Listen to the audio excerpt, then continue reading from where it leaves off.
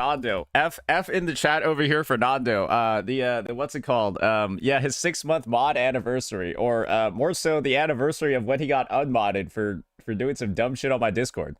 Yeah. No, he can. I'll let Nando tell you the story about that one himself. Wait, give me 1 second actually. Give me 1 second. Yeah. Give me 1 second. I realized I messed something up.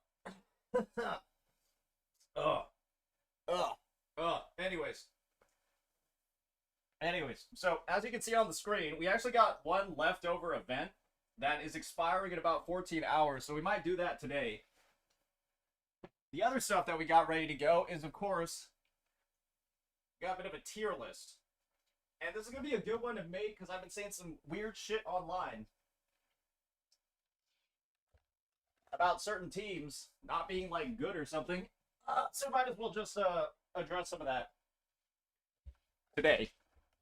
All right. Alrighty. So, yeah, I heard after a sort of like holistic review of everything, this is actually the best event in the patch. Yeah. Yeah, I've heard that after the dust has settled, this is literally the best event in the patch. So LL opinion, guys. I don't think virtual. Yeah.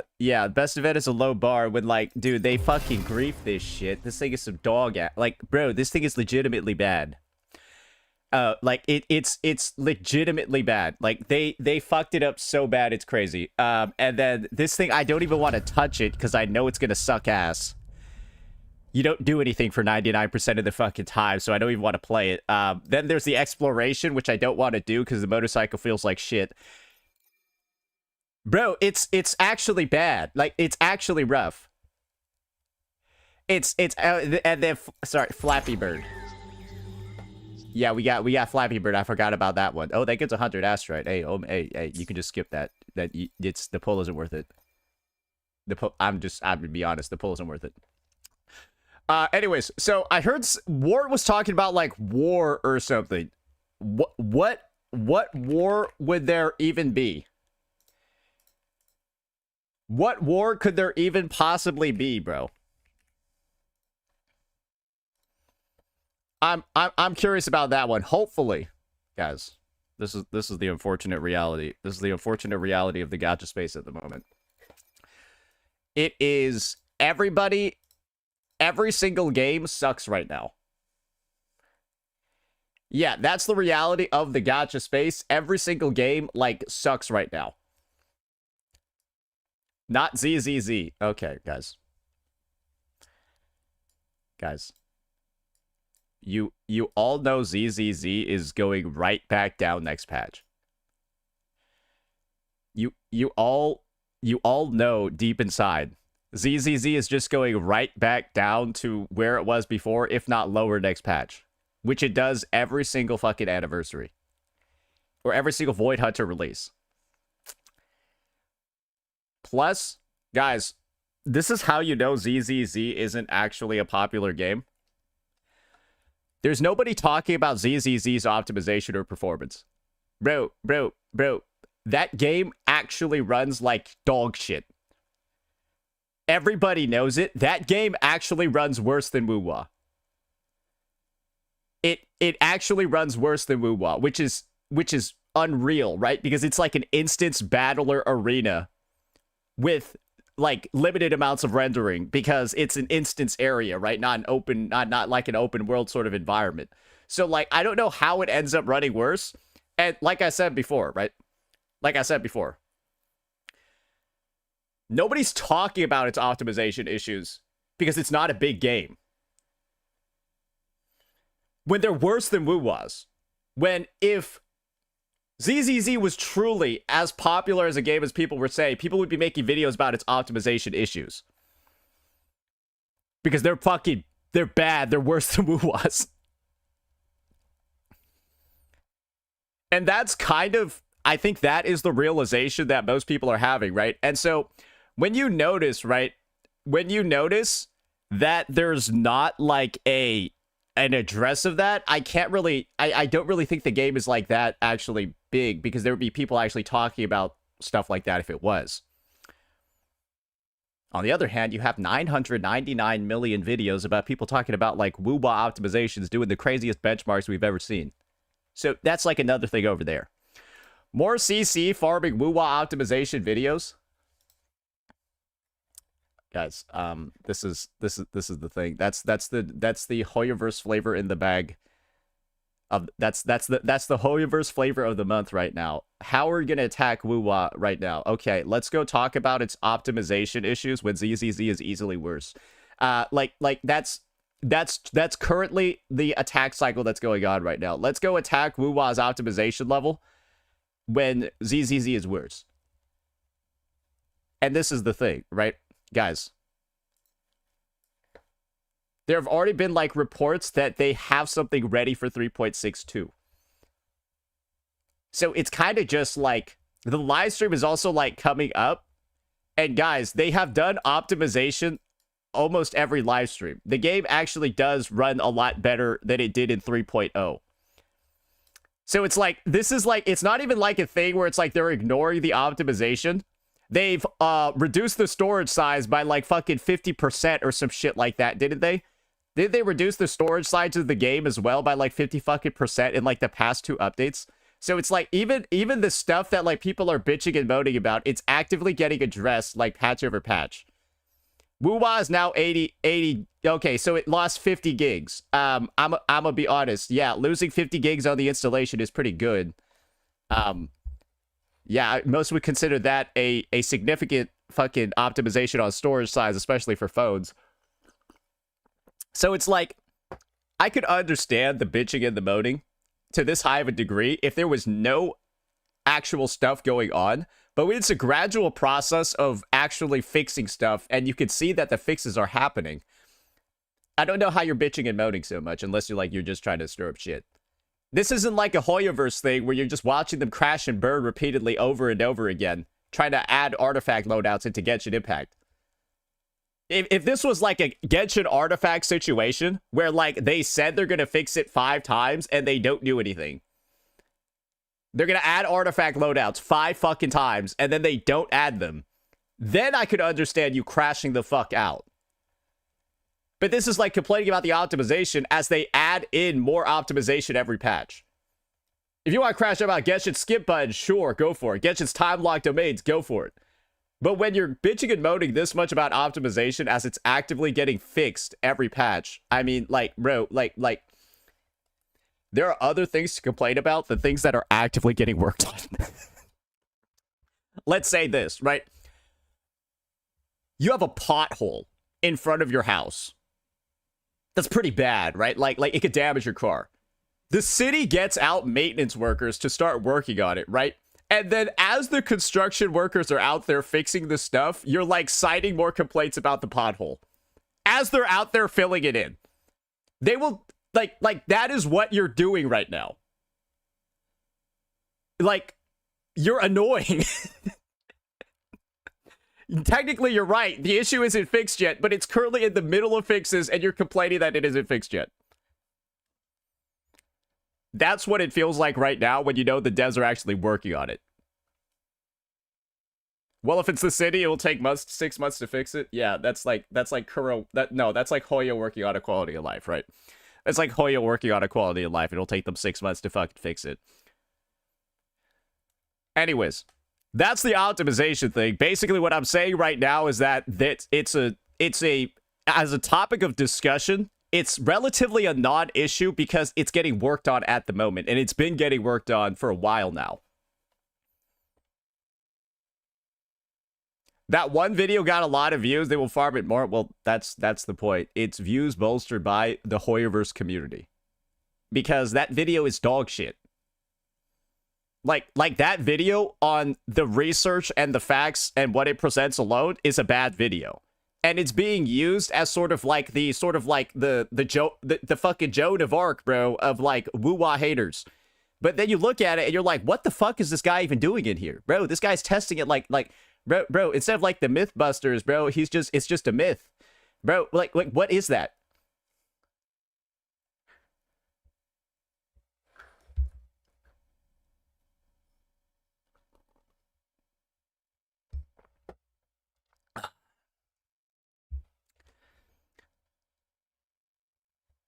Anyways. That's the optimization video we were talking about. Now I want to move on to this. Yeah, here we go. Here we go. Here we go. Wait, what the hell are these tabs? Wait, let me go. The hell is this? Are these tabs from yesterday? Oh, yeah, these are ones talking about the fucking bike, bro. Yeah, I don't need those anymore. Yeah, don't need those anymore. All right. Let's get some of this stuff going. So, I'm thinking it's tier list time. Because, guys, I know the 3.6 live stream is coming up. Right? But this is like one of the issues with 3.6 live stream. There's still 2 weeks after the patch, so yeah, we like I know you guys want me to spam these. Tier lists, but don't worry, there's still 2 weeks after the update. There's still 2 weeks after the live stream for us to really, it's more like a week and a half. Or like 10 days after the live stream, because we'll get into the Ching Zhao stuff and it'll be exciting again. But yeah, it's kind of like 10 days post live stream, but there's not too much stuff. So yeah. Unless 3.6 is fucking wild, who knows? Maybe it is wild, that's why it's so early. Wait, chat, is the stream this Friday? Yes. Yes, I'm waking up butt fuck early again. It's gonna be very fun. Player feedback regarding the standard characters in Silver Palace. Yeah, I heard that one was out there.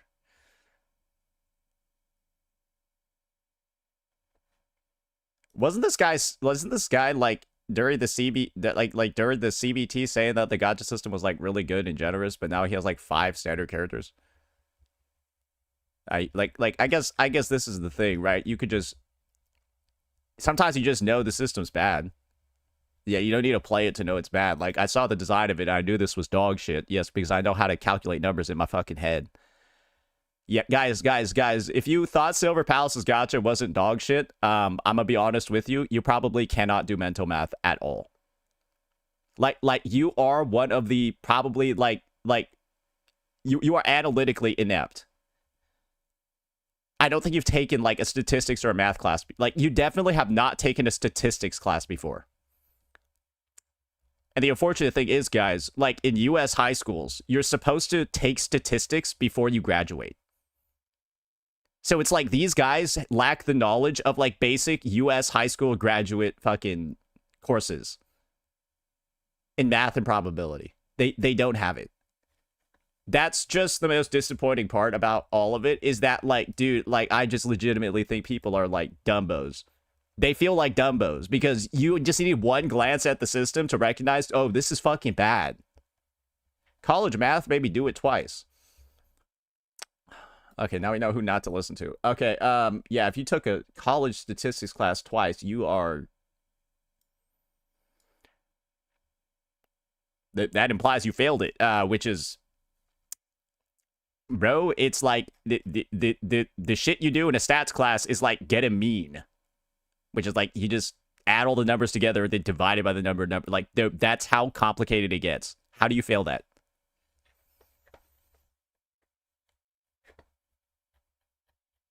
No, they do standard deviations too. Yeah, I know that's gonna... Yeah. How many of you guys know how to calculate a standard deviation?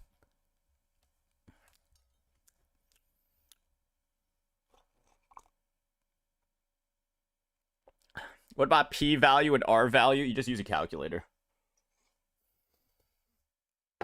Yeah, make sure you have your graphing calculator ready. All right. So, we got tier list. Guys. Time for us to begin. Alrighty, ladies and gentlemen, we are back at it again. And as you can see on the side of my screen over here, it's a very, very, very special topic that everybody loves. It's going to be tier lists. Except this tier list in particular is going to be a little bit interesting because instead of an individual character tier list looking at things like value, so on and so forth, of like units and whether or not they're worth your pulls, we're going to be looking at this from a different perspective. We're going to be looking at this from the team's perspective. And let me be the first person to tell you this. This is going to be a very subjective video. It's going to be a subjective set of rankings based off of my tastes and preferences, and of course, what I believe to be the most helpful characteristics of a unit for the average player. And that's a good delineation to make because the average player is going to be the majority of people playing this game. And that's what my content, that's what my rankings, that's what my guides, my rotations, my gameplay, that's what it is related to. And so with that in mind, the reason why I'm actually making this video today is very, very, very simple. Because I actually saw this post on Reddit talking about like the CN sentiment of like Lucilla and Soy Soy and Hiyuki's Glacio Chafe team and how they're like actually bad or something like that. And it is something that didn't really get that much traction. You could see it got downvoted more than upvoted most likely, especially compared to the comments. But you can kind of see there's a good bit of misinformation here, at least to how it pertains to the average player. Because these guys are like sweaty. They're doing shit like quick swap, all of that, like talking about like 6-second buff rotation timers. It's not applicable to like 99% of players. And so that's why we're making this. To quell any of that misinformation, right? To sort of like steady the waters for any person that's looking to build teams, because that's what you need. What's the misinformation? It's pretty misinformation to say that Lucilla and Soy Soy are trash for Hiyuki because you can't quick swap with them. Yeah, that's the misinformation that's going on in here. People are saying Lucilla and Soy Soy are trash teammates for Hiyuki because you can't quick swap with them as much as you'd like. And that's the summary, right? So naturally, it doesn't apply to most players. Anyways, so like I said before, when it comes to things like teams are what you want to build in Wuthering Waves with your characters, and teams are what you require to clear the content. And instead of going for individual characters, a much better recommendation for people is to go for individual teams. And then with those teams and the building blocks of those teams, right? You go ahead and then you build more teams off of those. And so the goal is to identify who are some of the characters that share those teammates. Who are you going to really value pulling so that they are a part of other teams? And of course, who's just a strong DPS in the first place to go for, even if they might not have the greatest number of teams. And so that's going to be the focus of this tier list for today. And naturally, we've got every single unit in the game over here, and I guess people think Scar is gonna be released in Mengzhou. I think that's bullshit, but we'll just have to see. Fraxis isn't even in the story, so I think these guys are just on crack cocaine. Like if you've been playing the Mengzhou story, you know this is a pipe dream. So like I don't really care about that. We're not gonna be using all these slots because all we're going to be doing over here is actually just ranking, not on an S, A, B, C, D scale. I'm just going to be giving you my top 5 teams in the game. So yeah, that's going to be it here. So the best way for us to go about this is going to be very, very, very simple. We're going to be starting ourselves from rank number 5 and then going up. And then from there, you'll naturally see things will get a lot easier for us. All right, so first things first, the number 5 team in the game. This is going to be a bit of a difficult sort of like recommendation to make for a very, very, very simple reason, right? We're factoring in best in slot teammates. We're factoring in 5 stars. We're factoring in all of that stuff, right? And so the end result is going to be this. Even if the team does a lot of damage, if it doesn't make a good use of characters, it's not going to be rated that high. So that's why this first team is going to be this one, ladies and gentlemen.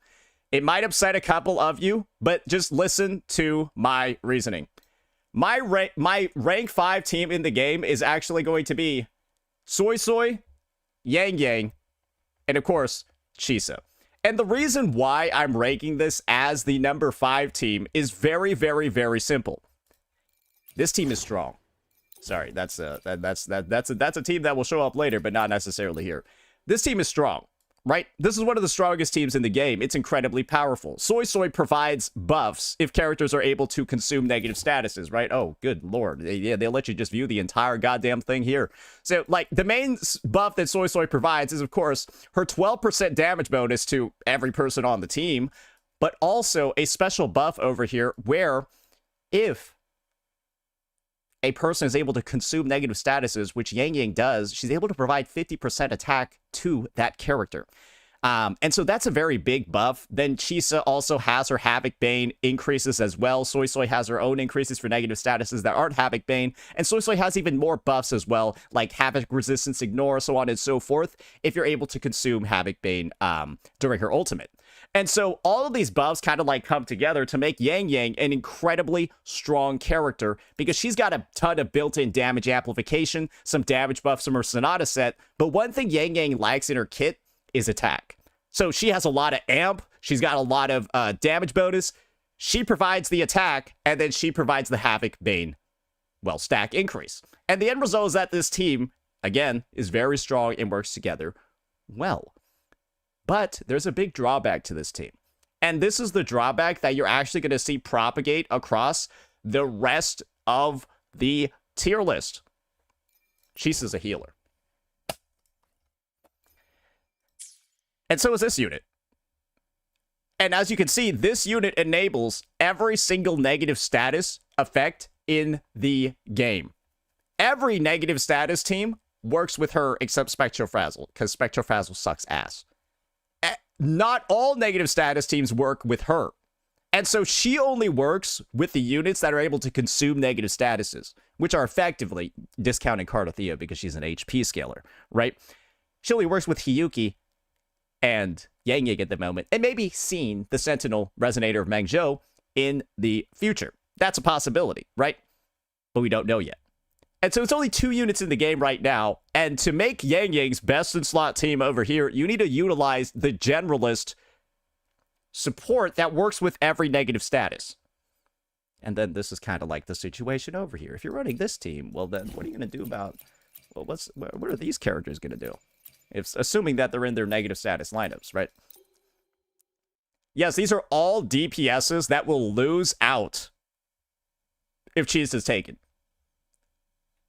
Do you begin to see why I'm ranking this team at number 5? Because it's a very strong team, but I find it to be one of the worst uses of resources on your account. And one of the main reasons for that is very, very, very simple. It's a game mode called, and you'll be able to see it over here, it's a game mode called End State Matrix. And the way that End State Matrix works is very, very, very simple. Characters have a certain amount of energy, vigor, and the amount of times it can be used is capped by their vigor. And she usually only has 1, but she has a special bonus over here. S2 phase 1 only, she gains an additional 1. So this unit is effectively able to be used 1 time, and she's got 4 teams, as I just showed you. 4 teams, 1 with Hiyuki, 1 with Cardothea, 1 with Imeth. She's kind of mandatory on the, she's kind of mandatory on the Imeth and the Cardothea teams. You can use Era Rover, but like then you don't have Electro Rover. Who the fuck else are using? You get what I mean, right? So it's like, are you gonna use this with Yang Yang? Like non-sarcastically, are you gonna use this with Yang Yang?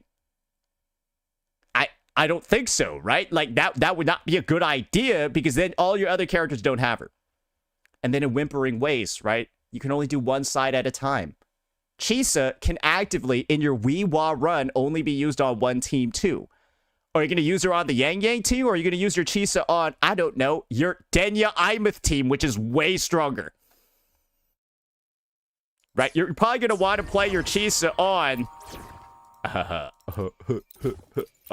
this team, especially in Whimpering Waste and stuff like that. So you kind of like see what's going on over here, right? Like you could use that team for sure, but you kind of don't want to. And this is the recommendation that I'll just tell most people. Yes, this is going to be weaker.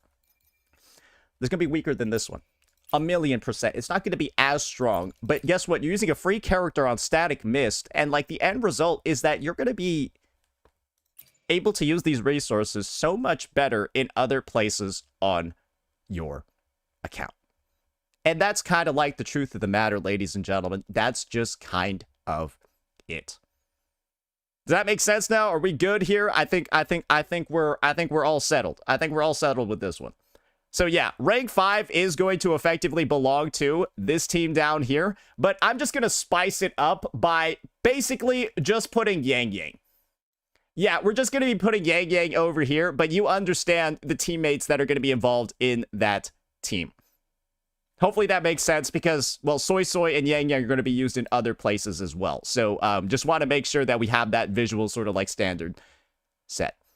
Now, the next team that I'm going to be putting in rank number 4 is going to be, I hope you're ready for it. It's actually going to be Sagrika. Yeah, we're going to have a Sagrika team in rank number 4. And this is where we're really going to utilize the space that we have over here to show that Sagrika actually has 2 DPS options. Or 2 sub-DPS options if we're going to be straight with it. Lucilla or Chuyan. I think Chuyan is technically better, but there's a reason for why this team is only going to be in rank number 4. And it's going to be very, very, very simple. There aren't enough modern echo damage dealers. Sagrika is the most modern one, but the one released before her is like Galbraina, and Galbraina's design is kind of like really bad from her damage typing. And so the end result is basically this. If Sagrika had another echo skill damage dealer on the roster that was like you know, a Meng Zhou one, then I feel like Sagrika would be a lot higher rated. Because then she'd be able to really split the use cases of these 2 characters a lot more. And this is the thing. Furlova's not on this tier list. Furlova, ladies and gentlemen, is not going to be on this tier list. Because there are teams better than Furlova when you average out both game modes. She's not really that good in TOA. I'm going to be honest. Furlova is not really that great in the TOA. And so that's one of the reasons. That's one of the honorable mentions, right? But I'm just spoiling it right off the bat. That's why Sagrika is low. Because, what did I mention before? Being able to share teammates. Stuff like that. And this is what I'll say over here. As a bit of a spoiler. If you pulled your Lucilla for a Sagrika, then maybe this team bumps up to over here. That's just one of the things I want to mention. But we're just going to rate her based off of you having Chuyan and then, you know, Lucilla's Glacio Chafe mode not really being factored in. One of the other reasons for why I feel like this team is a little bit on the like slight lower end for me is because the best in slot is like actually Shorekeeper. This to me is a little bit wasteful as like a sort of like team, and I feel like there's a better 3rd slot in the future. Like imagine like a Soy Soy or a Mornier, but it's for echo skills. That's what I'm imagining in the future because Sagrika has one weakness right now on the roster at a full build, and it's this. She frequently reaches close to, if not at, 100% crit rate. But this is the thing. If you're at 100% crit rate, then what are you lacking, right? What are you lacking if you have Shorekeeper on your team? You want to know what my crit rate is on this build? I get 20% echo skill, or 20% echo skill crit rate, right? I'm at 97.3% crit rate. What is Shorekeeper's 12.5% crit rate going to do for me? It's wasted stats. I'm literally wasting 10% crit rate, which is a lot. But that's just what Sagrika ends up having on her build if you really optimize her shit. And so this is kind of like the thing. You can run like a crit damage thing, but then you start missing your crits on some big hits. And wouldn't it just be better if she had like a tune version of, or like an echo skill version of Mornier? An echo skill version of, I don't know, like fucking, what's her name? An echo skill version of Soy Soy? Instead of having Shorekeeper. Do you guys get what's going on? Do you guys get what's going on over here? So once that Echo skill Shorekeeper comes out, I can totally see her really rising in the ranks. But at the current moment, right, her third slot isn't really that good. She's a great character, really strong in both game modes, but her sub DPSs don't really have that much splashability at the moment. And this is some doo-doo. Like, it's not bad. It works. It definitely clears, but this is kind of like some doo-doo. So yeah. That's going to be the 4th ranked team, and hopefully you guys understand why. But I see that team with a lot of potential to actually go higher in the future. All right, now, moving back on. We're now going to clear it out. Like I said before, we all understand the teammates that are going to be involved in those teams, and I'm also making sure to show some other alternatives. Now, let's get into... Now let's get into this last team down here before stuff starts getting really, really, really spicy. Is this going to piss some people off? Is this going to piss some people off? This might piss some people off. Yeah, no, all right. So Luke is actually going to be going in slot number 3. Luke is actually going to be going in slot number 3, ladies and gentlemen. And the reason for this is very, very, very, very simple. Because the second slot is... Wait, where's that bitch Denya? Bro, I can't find her. Did they delete her ass from here? Where the fuck is she? Wait, where the fuck is Denya? Bro, there's no Denya on this tier list. She's dead. All right, we're going to use Encore for Denya. I don't know what else to do. Yeah, what the hell? Is that a bug? Oh, they fucked this up. There's no Denya on here. Hey, tier make. Hey, motherfucker, whoever the fuck you are, fix this shit. Use Scar. Hey, no, I'm going to use Encore because they kind of like... Denya just looks like a big Encore. Wait, Hiyuki isn't there? Did they miss 3.3? Okay, all right. You know what? I'm getting a different tier list. This one's fucked up. What the hell? They're missing all the 3.3 units. What the... How do they miss the 3.3 ones? Are they on drugs? All right, anyways. There, that's a lot better. Oh my gosh, that's a lot better. Anyways, so... I am so smart for what I did before, and I was, like, taking all of, like, the little things off, because, like, now, bro, it's, like, it doesn't... Like, bro, it's... I'm such a genius. Like, do you see how my intellect over here just saved us all this time? Because now we don't even need to, like, replace anything, because that was the system we were using before. Anyways, so,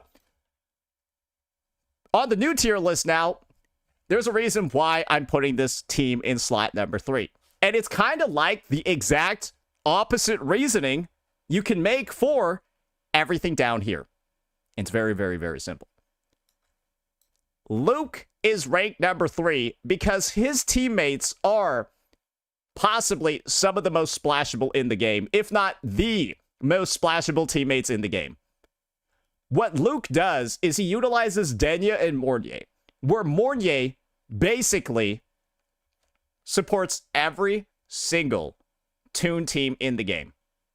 Very good. And then Denya supports every Toon Strain team in the game, which is great because Ching Zhao is a... Well... Do you see why this team is ranked number 3?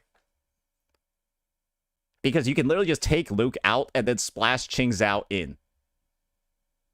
That's how it works. And so the idea over here is extremely, extremely, extremely simple. You have a lot of possibilities to build more teams when you do this. When you pull team like this. And when Luke is also a very strong character that also has the ability to clear all endgame modes, specifically with Denya and her grouping and Whimpering Wastes, that actually allows him to... And the HP inflation actually helps him out a little bit as well because his stuff oftentimes just overkills everything, right?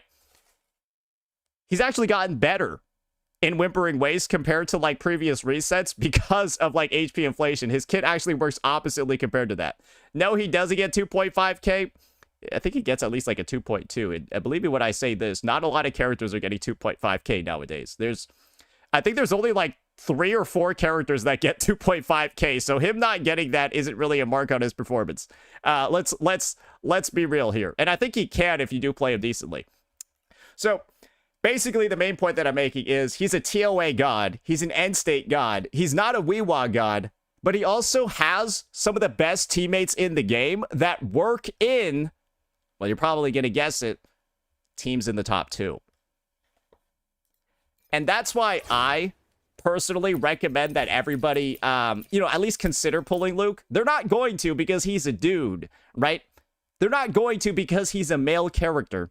That much is very, very, very simple. But inarguably, he's also one of the best free-to-play units in the game as well. And like I mentioned before, I don't plan on ranking these teams by, like, their free-to-play capabilities, but Luke being one of your first pickups has the bonus of him working with a standard weapon, him getting a Sanhua and all of that, and working very well with her, so on and so forth. And, like, the end result is that he's one of the best characters to, like, start your account with.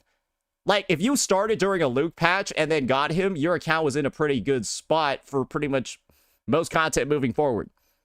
Obviously, you still need, like, a bunch of different teams, but he's a good cornerstone of a good foundation.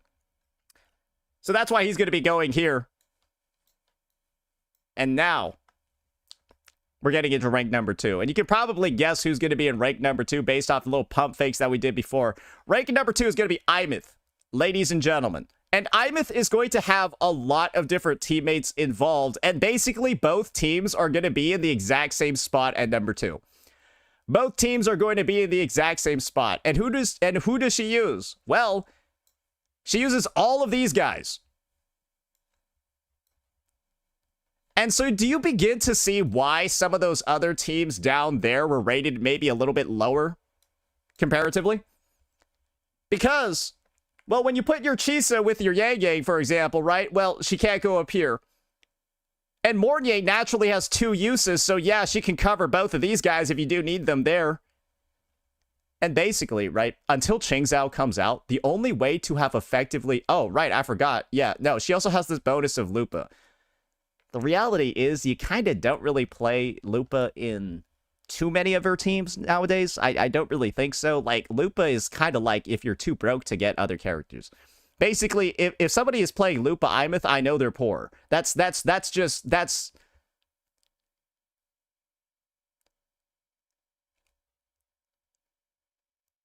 the vibe I get, right? It's like...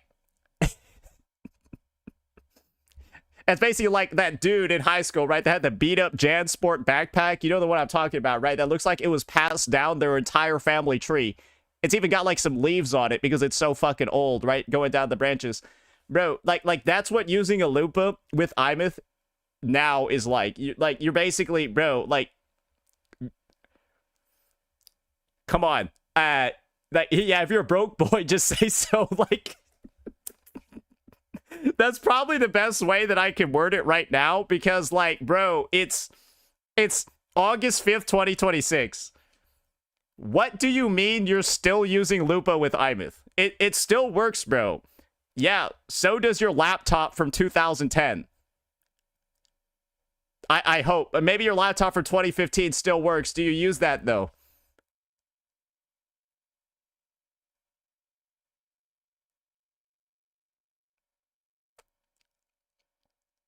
Ameth Daniel Lupa is OP. Yeah, I bet it's okay, but you don't have a healer on that team, so like you really can't play it in a lot of endgame modes. Like your face taking on Lupa, I hope you understand that. Like she's not like this character that is able to like dodge everything. Otherwise, she's never getting her forte. So like it's a Wuwa only thing. Like, sustainless teams are Wuwa only, so it's like, yeah, that... Anyways, the reason why Imeth is here is very, very, very simple. She produces some of the top results in the game based off the game mode. In Rupture form, for example, over here, which is going to be, it's going to be this lineup over here. Let's just pretend like get these fuckers out of here. In Rupture form, for example, she is a TOA god. She basically has so many, like, built-in buffs from all of these different characters, right? She has so many built-in buffs from all of these different characters, like what's it called? Let me actually just start pulling stuff up. She's a primarily liberation damage dealer over here, Imeth, who's able to get some massive buffs from Lene, who has all the damage amp, and of course Mordier, who's got more damage amp. And this is going to be the biggest factor over here. And I waited to talk about this. It also applies to the Luke Kirsten teams as well. She also provides this very, very, very, very big damage buff on her interfered marker, which increases the damage they take after a tomb break for 8 seconds by up to 40%, which is quite a lot. You combine it with the Exo Strider and stuff like that on Imeth's rotation, you could be hitting close to 600, 700k with no shilling in the TOA S0R1. And as you can probably guess, that overkills the fuck out of enemies in Whimpering Wastes, the AoE endgame mode. And so the end result is that Imeth is kind of one of those units where she is definitely playable Toon Rupture mode in Whimpering Wastes, but you'd rather use another form instead. Her Fusion Burst form, which focuses, right, far more on Denya's ability to amplify Fusion Burst damage, and most of the damage of this team actually comes from the negative status, not actually Imeth's stats. This is the most fucked up part. You can actually have bad echoes on your Imeth that aren't actually that good. Low attack, low crit rate, low crit damage, stuff like that, and the team will perform not that much worse because it's not actually the characters dealing damage in these teams, it's the negative status. And that's why Chisa over here, right, with her ability to reduce defense, all of that, is so good in this team. Because what does defense reduction do? It allows your negative statuses to deal more damage, and it's not like you're trying to get your characters to do that much of it, either. And so that's where Imeth sort of, like, comes in as, like, this dual-purpose unit, because she effectively does have 2 different teams with, like, kind of, like, different stat requirements on the build to get stuff going. But this is one of the realities over here. Some of these teams play and feel much different than others. A lot of people are personally not very happy with this team using it in the TOA. Why? Because it has some of the most piss-low damage numbers in the game. And I think this is the best way for us to, like, demonstrate it. Bro, you know what? I'll actually just play, I'll play both of them just so you can kind of, like, see how, kind of, like, fucked up the gameplay experience is between the two. And the great news is, you really only have to choose one.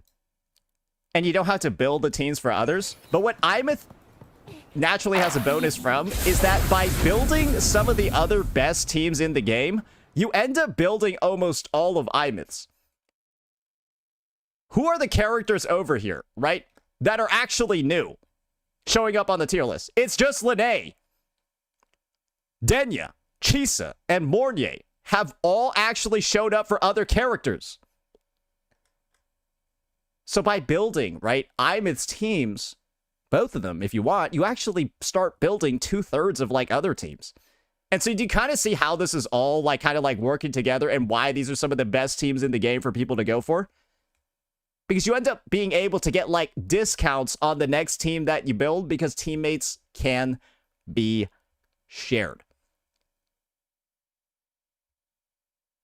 So, yeah. All right. So now for the actual gameplay demonstrations. And this is where it's just going to be, like, I think we'll just do, like, one rotation real fast or something. There's a reason why I'm not particularly the biggest fan of Fusion Burst Imeth. And after you see this, you're probably going to understand why.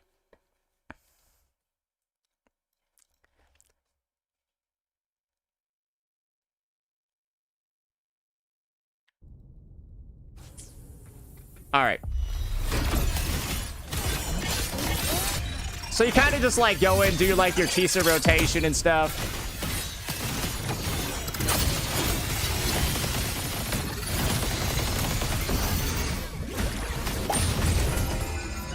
Okay.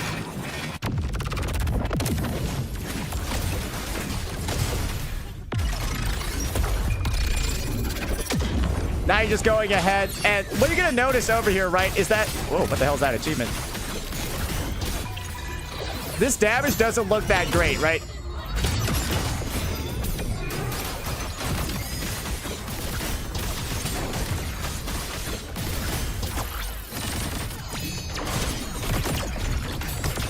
Actually, the damage looks decent. Is there a fusion burst? Is there a fusion burst buff up right now? Wait a second. That actually didn't look terrible. Is there a buff on right now? Wait, did my game... Wait, I think I just got locked in a menu. Wait, I think the abomination just died and like I just got locked in the TO. Oh, I think the abomination is bugged. Yeah, no, that actually looked okay to me, which is like odd because usually it performs way shittier.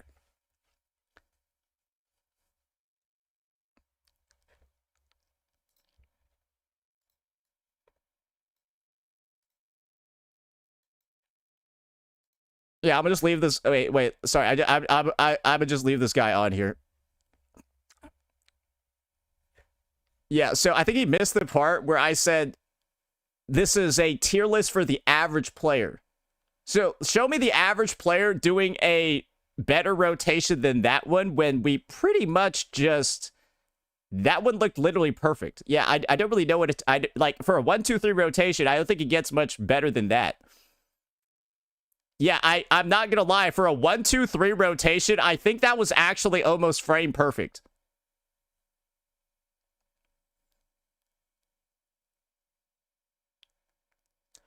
Oh, it removes negative statuses? Oh, okay. So there was no 15% attribute resistance buff. That's why. All right, that makes sense. So Rupture teams would get the attribute resistance buff, and then these Fusion Burst teams wouldn't. So that was actually a horrible stage to practice on. So, editor, let's just cut that out completely, because that's actually an unbalanced one. Yeah, that's actually an unbalanced one.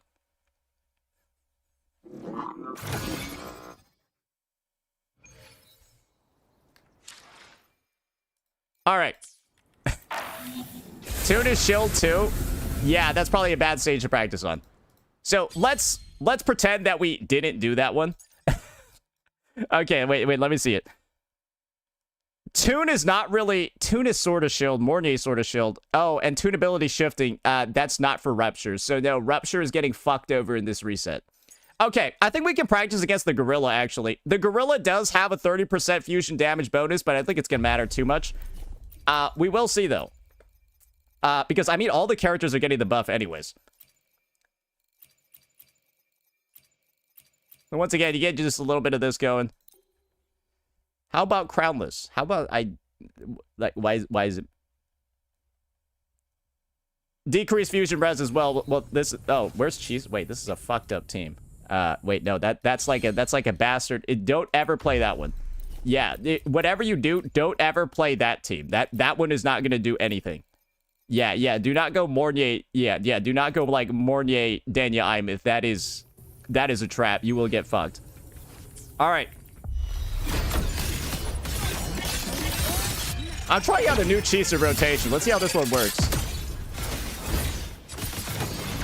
Like, what happens if I just, like, go ahead and I just, like, hold this shit down over here? Ooh, we missed an attack over there. Doesn't really matter. We're not looking for, like, we're just looking for the raw damage in a rotation. The timing doesn't really matter too much because we're just using the set number of attacks.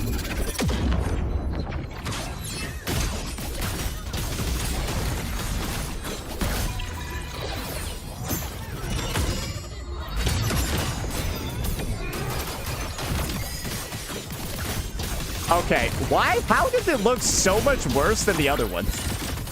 Wait, this actually...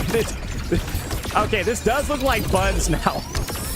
Remember, like, why was it looking so decent before? So, that's effectively the damage of, like, one rotation in that Fusion Burst team, right? And like we said before. Yeah, negative status isn't chilled over there. There's... Yeah. Now this is going to be the 2 Rupture version. And the good news is, I need to give Lene her signature too. Because Chisa has hers. It's only fair, right?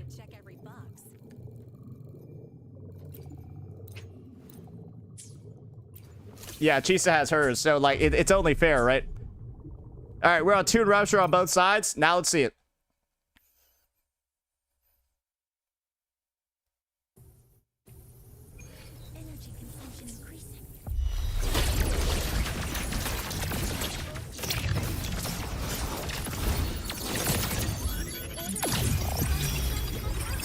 And I'm gonna make sure to actually use my Tomb Break at the proper time. Some people don't know this, but you gotta be strategic with when you use a Tomb Break in this team.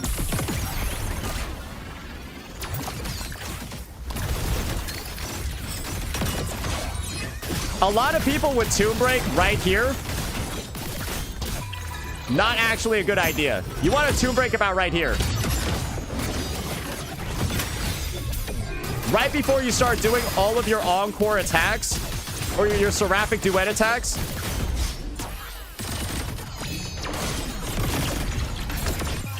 And then boom, you hit him with the Exo Strider, and this is where the big boom comes in. So do you kind of see like why people actually enjoy playing this team a lot more? You nuke for like 700k, right? You nuke for like 700k damage on an S0R1 build. And so people just really like using that one instead. They're both viable, right? And one's obviously better in one end game mode over the other. But that's kind of like how they work. One's better in Wuwa, one's better in Wuwa, the other's better in the TOA. But what's one thing very, very, very clear about the roster composition and the characters we've been seeing thus far? I did those comparisons to show that they are similar, but they do play very, very, very differently. But this is the difference, guys. You have end state matrix, and you also have a limited number of uses of certain characters in all your end games. And the reality of this one is very, very, very simple. If you look at all the characters on here, is it really a good idea to play the Denya Chisa team if you're trying to maximize maybe your score in end state matrix? No, it's an awful fucking idea, right? It's actually better for you to do something like this, where it's like Mornier just does the little swappy between the two. Do you see what I'm talking about over here when it comes to team comps, team building, the ability to clear? And guys, next update, just pretend Luke is Ching Zhao if you're allergic, if you're a misandrous. Great. Are you happier now? There, is that better? Do you see it now? You hate men. Okay, do you see it now? Do you see my point now? Bro, that's why I love this. I love this. I can just interchange them, and now I'm suddenly right because I put a girl on there. Yeah, now, before it was wrong, now it's right. Shut the fuck up. Anyways, that's why I am personally a recommender of just having Mornier with your Imyth almost all of the time. Because of this, right? And now Chisa is free to go here. Chisa's free to go with Cardathea. Chisa's free to go with Hiyuki. Or, of course, Chisa's free to go with whoever the fuck you need her to go with. Do you see how this freed up our Chisa right now? This is great, isn't it? This is wonderful. This is amazing. So, that's why we're going to be putting Imyth over there. And we all get the discussion. We all get the talks. We all get what's going on. We're good. Now it's time for some honorable mentions. Oh, you know what? I'm going to add a row above. Or I'm going to add a row below, actually. Hey, you know what? Hey, how do I move this bitch? Yeah. All right, I'm not going to lie. This is kind of unintuitive. All right. Let's make them pink because they're gay. All right, honorable mentions.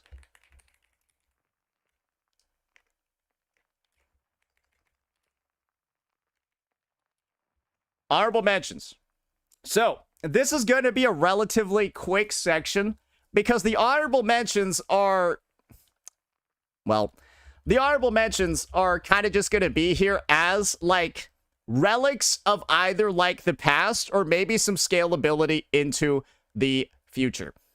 And one of the honorable mentions is going to be Augusta Yuno.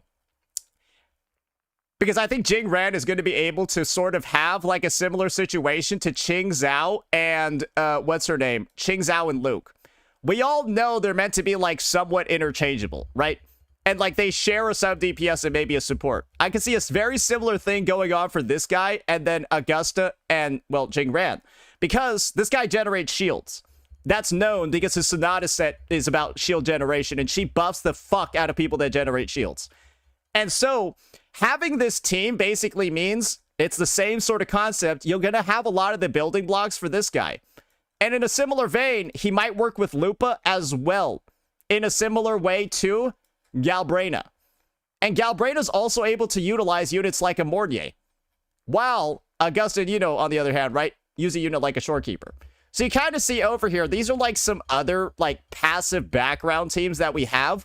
I don't think it's necessarily a like huge recommendation to pull these guys, but let's just say something like this happens, right? Ooh. Jingrian and Yuno are, let's just say they're running next patch because Kuro always fucking runs best in slot teammates together. Kuro always runs best in fucking slot teammates together. All the time. That's why it was Lene, and then it was fucking Ibit the next phase. I would not be surprised if, like, Yuno's available phase 1, and then, like, Jingran's available phase 2 or something like that. And if you pull this team as a newer player, it's not the worst idea ever to get Augusta to have Electro coverage when Electro is, like, the fucking worst attribute in the game, and she's, like, kind of one of the only redeeming factors of it. So, like, that could be a thing as well, and it's an opportunity for you as a player. Another honorable mention that we're going to be putting down here, we already mentioned Galbraine, is of course going to be, and I already said it before, it's going to be Frolova. And this is my take on Frolova. Frolova ends up using some of like the most unusable units on the roster, and that's why I think she alone is like very, very, very strong, because she can make useless units useful. But one of the core elements about her is that she's kind of like a Wuwa god. Right? She's kind of like a dominator of Wuwa, but not much outside of that one. And the end result is kind of like this. Her TOA performance isn't kind of really like up to cuff without using really, really, really good characters. And also running sustainless and stuff like that. And the end result is that like she's still a great Wuwa general, but I don't really use her ever in the TOA. I don't want to. I don't feel like she's very strong there. But that's just personally me. So yeah, that's going to be the honorable mentions category. Might as well just like put like everybody involved like on there. It's like it's just a mishmash. You get what's going on over here. Not really a big deal. And like, no, Kart's just not good anymore. So Kart's not good anymore. And then her teammates are giga expensive. She's one of the worst places to use Chisa. You'd rather just use, if you need arrow damage, just go use Sigrika or Qing Zhao instead. Yeah, that's kind of like you get what's going on. Yeah, this is probably the last, probably last tier list was the last time Kart was going to be on there. So now it's time for rank number 1. And you probably already know what is happening with rank number 1. It was kind of already spoiled already, but yeah, it's just Hiyuki. Yeah, rank number 1 is going to be Hiyuki for a couple of reasons. These are all of Hiyuki's best in slot teammates. Where are they at? Where are they at? Oh, there's another one. Oh, and there is another one. So what do you notice about all of Hiyuki's best in slot teammates? They're from everywhere else on this list. She's from down here or here. She's from down here. There you go. She's from over here. There you go. And she's from down here. If you're saying Mornier, you are brain damaged. There is no team you're using Mornier and Hiyuki on after version 3.4. Yeah, you are never using Mornier on this team. Lene could go with Luke too. Oh, I forgot about that one. Yeah, Lene. Sorry, they're both blonde. Actually, all three of them are blonde. Holy fucking shit. Anyways, yeah, Lene can go with Luke as well. I forgot about that one. Yeah, usually I just pair him with Denya nowadays. So, Hiyuki basically utilizes all of these teammates that everyone else on the list is using, but this is the thing. Bro, this team is giga viable. Everyone knows that this team is insanely strong and will still clear all the content in the fucking game, even Wuwa, without any of like the special Glacio Chafe interactions. That one is there. That one's good. This one's good too. This one's really strong as well. And then somehow this one is also very, very, very strong. You're probably the most comfy out of all of them and the easiest to play. But then guess what? This one works too. And it's also really strong. And I think it gives Hiyuki its highest damage per screenshot. So it's kind of like Hiyuki has so many fucking teams that she can play, and they all feel good If you want the one with quick swap, I think you just play like literally her release one, and this one allows you to quick swap pretty well. I think you can even quick swap with this one if you want to be a sweaty freak too. And if you just want to play easier, you got this one. This seems really easy to play. Sorry, this seems really easy to play. And then this one's really easy to play too. So she's got like varying difficulty levers. Oh, you want to get sweaty with it? She's got team comps, but then she's also got some of like the most variability I've seen across supports and sub DPSs and how all of them work together. She's basically like, if you look at her number of teammates, she's like an iMyth, but like it's just one mode. She has like the same number of teammates as iMyth, but only one mode. But that also means you don't need to like change her build or like change a bunch of other things or like change, like you get what's going on. And she just reuses a bunch of the other teams that you already have. But this is also one of the other reasons why I just want to talk about this team so much. It is truly, in my opinion, the #1 team for any player to pull in this game if they're new or like average player. It's the #1 team I can recommend to anybody. Because if you build this one and then you want to play sweatier, you can just build up from it by pulling a unit like Chisa or Lene or whatever the fuck else you want to do. But when you're just starting out, or you're just, you know, getting used to the combat, or maybe you just want a team that's going to reliably clear everything in the game, bro, this is how it does against Hazard 4. I know it's somewhat chilled for negative statuses, but like pretend that's not taking place, right?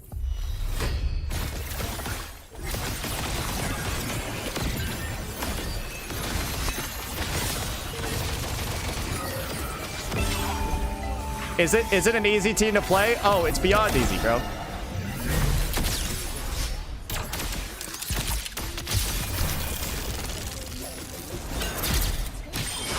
Did I hit a parry there? Why is it so slow?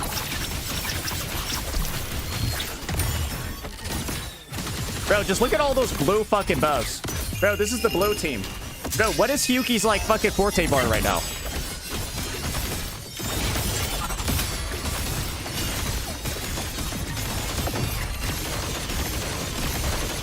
And the team is just so easy to play because the enemy is just frozen the whole fucking time.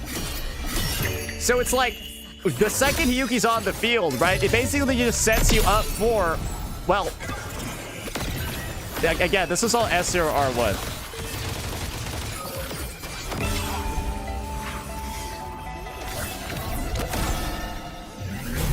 Wait, how is she not full? Oh, right, I didn't skill.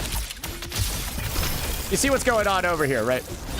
I don't even have Soy Sig, bro. She's on a variation. The team can do more damage. The team can do more damage. I'm not joking. I don't have her signature. It's missing 20% attack.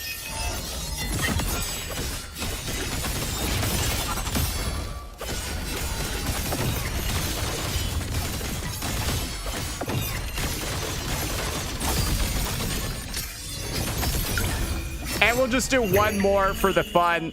We'll just do one more for fun, and that's like, yeah, what's going on over here, right? It's just such a simple team to play for like everybody out there. You can't really go wrong.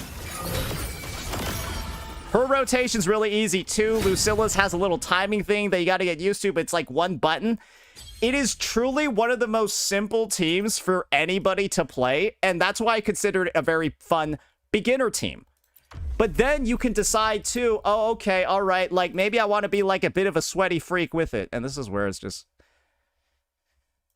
I don't feel the need to ever get sweaty with Hyuki, so I'm probably like not going to do some of the stuff correctly. I'm like not even trying though, because I don't even know what the rotation is, but like do keep that in mind. So I think you like go on to like Hyuki and then you like do like a little bit of that. And then like, bro, I don't know. It's like, you got to do like some other shit, right?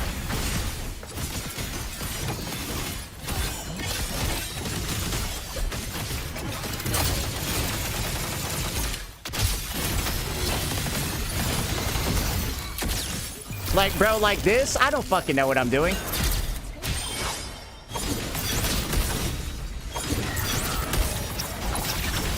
Bro!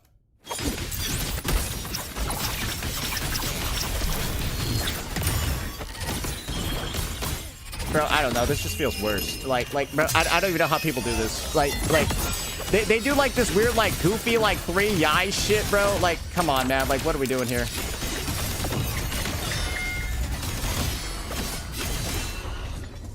It's fucked up. Like, you don't need to do it, but, like, you could do it if you want. I've never felt the need to, because I feel like the character just gets everything I want done without any issues at all. And so it's like, you can do, like, 5 yai rotations, you can do, like, 6 yai rotations, you can do second 7, like, but just do 9, I don't care, right? There are a bunch of sweaty techs you can do with her that I haven't bothered to learn because it's not necessary at all. And nobody even promotes it either because it's so unnecessary. But you can. You can. But it's not like a Zani. It's not like a cart, where nowadays they feel like they need to do sweaty quicksort to be able to clear. And that's why I like the design of Hiyuki, Lucilla, Soy so much. Because it basically allows you, hey, like, we're making it so this character doesn't turn into the next Zani. Kuro just doesn't want another Zani situation where the only way to play the unit is to get arthritis. Guys, I think that's one of the main reasons for why her reruns have done so poorly. Because people are like, oh, so I gotta press 30 times as many buttons for this character to do the same damage as others. I'm kind of good, bro. And character releases like this and kits like this essentially ensure Hiyuki is going to be good in the long run. Because those buffs are so heavy, but they promote a specific hypercarry playstyle. But it's such a good team for beginners, and like I said before, building Hiyuki allows you to build so many other teams at the same time. Because what does Lucilla have? An Echo skill mode that lets you work with Sagrika. What does Soy do? Oh, she works with Yang Yang. What else you got? Oh, what about Lene? Works with Imeth, works with Luke. And Chisa? Her. And her. And that's why I'm of the opinion that building Hiyuki and her team first, and then kind of like going from there, spreading out, and then developing the rest of your roster is one of the best decisions a player can actually make. And this has easily become my new, like, go-to sort of, like, comfort team that I can comfortably bring into any content. Oh, I forgot to mention this. It's also, like, the best overworld team in the game, too, because you have Hiyuki. And Hiyuki could just stay in her fucking white-haired blue form. Sorry, she's always white-haired. That's a retarded thing to say. She could stay in, like, her purple form forever in the overworld, so you're just killing all the mobs, too. So it's, like, it's even, like, a better exploration team than using this bitch. Because she doesn't, like, she's not even that good in exploration. She's all right, but she's not really that good. Bro, she's so much better. This team is so much better, right? Oh, I forgot. It even has the exploration quality of life. Right, you got the camera, bro. Bro, you got the camera to go collect shit, bro. How do I collect shit? Bro, yeah, look, she got this as well. So you got... Look down. I'm not 10Z. I'm good. Right? Guys. Wait, I forgot. Does she just generate her forte? She just generates her forte as well. What the... She didn't even an enemy. There's no duration, bro. Just go fuck everything in the game, bro. Oh, does she fly too? Oh, this bitch flies in blue form as well. All right, bro, that's overpowered. What do you want me to say? It's the best overworld team in the game, too. You got the photo, and then this bitch does infinite damage because she's always in her ult form. So it's even like the best overworld team. Like show me a better overworld team. And then honestly, right? Yeah. And if you don't need the healer, you don't need Soy, bro, bitch, put in Imeth and then put like her jet engine mech in there, right? Because you pulled Imeth too, right? Because you following my tier list. Because it's the best one ever. Yeah, you pulled Imeth as well. Hey, bitch, activate mech form. This shit is too fast, by the way. I know some people be saying this is power creep. Bro, this shit is so fast and so hard to control. Bro, it goes too fast. It's actually only good for, like, fast travel. It's only good for, like, good, like fast travel. Just teleport. Bro, straight up, it's kind of like at a point, it's only useful for like going somewhere really far, really fast. But it's like, you'd rather just teleport half the time. Like, that's what I've realized, because it's hard to control. It's hard to control, bro. Like, you try to use this shit in Mangzhou, you're gonna be like crashing into buildings. No lie. But that's just like a little bonus you can do over here. Bro, she's still in the fucking form, bro. She's still in, I teleported and she's still in this form. That's why it's so good. So yeah, that's going to be the final rankings of this tier list over here, ladies and gentlemen. And I know, yes, it looks a little bit fucked up right now because we only have the DPS characters. But the DPS characters are the leaders of their team, and then the people that they're slotted with are made to work around them, right? And so naturally, it makes the most sense for us to review it this way. And so you can kind of view this in the order of this. The higher ranked a unit is, the more that building their teams is going to like help your account. By A, the team being strong, and B, the value of the teammates associated with this unit. And that's why Hyuki's going to be easily a ranked number 1, because her overall performance is, in my opinion, the highest out of all characters. I forgot to mention this. You saw her doing really well in TOA, right? She also butt fucks Whimpering Ways. Bro, she butt fucks Whimpering Ways so hard, it's unbelievable. Bro, I think she's the best Wuwa character in the game. I think the, like, Sui Sui, Lucilla, fuck it, put in Chisa, doesn't matter. I think she's the best Wuwa character in the game. I have used her every single time. I struggle to get below 3K. I struggle to get below 3K. I have to be playing, like, badly to get below 3K on the unit, while so many other teams feel so much harder to play. And the only thing you gotta worry about with her is missing your Yais. Just wait half a second between each cast and you will stop missing them. Guys, that's the only one. It's like, sometimes the waves spawn late and then she misses her dashes. And I think the best way for us to like kind of just look at that performance is, I could do a run. That doesn't really matter that much. Or I just watch my video. Account. Can we get... Or I just watch my video and we just see what the score is. Yeah, we just watch my video. Yeah, how about we just do that? Yeah, this is the most recent Wuwa reset on... it's a different Hyuki working, though. But, yeah, you could just see the exact same team comp. Bro, it's at 2.5K at 18 minutes on the purple token. On high ping, so the mob spawns are delayed.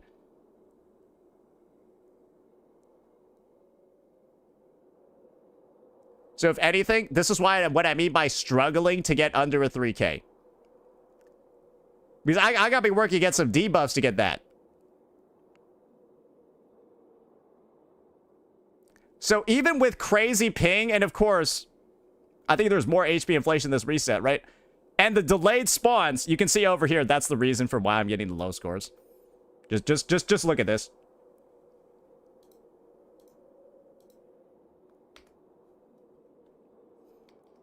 I get off 3 attacks before they spawn.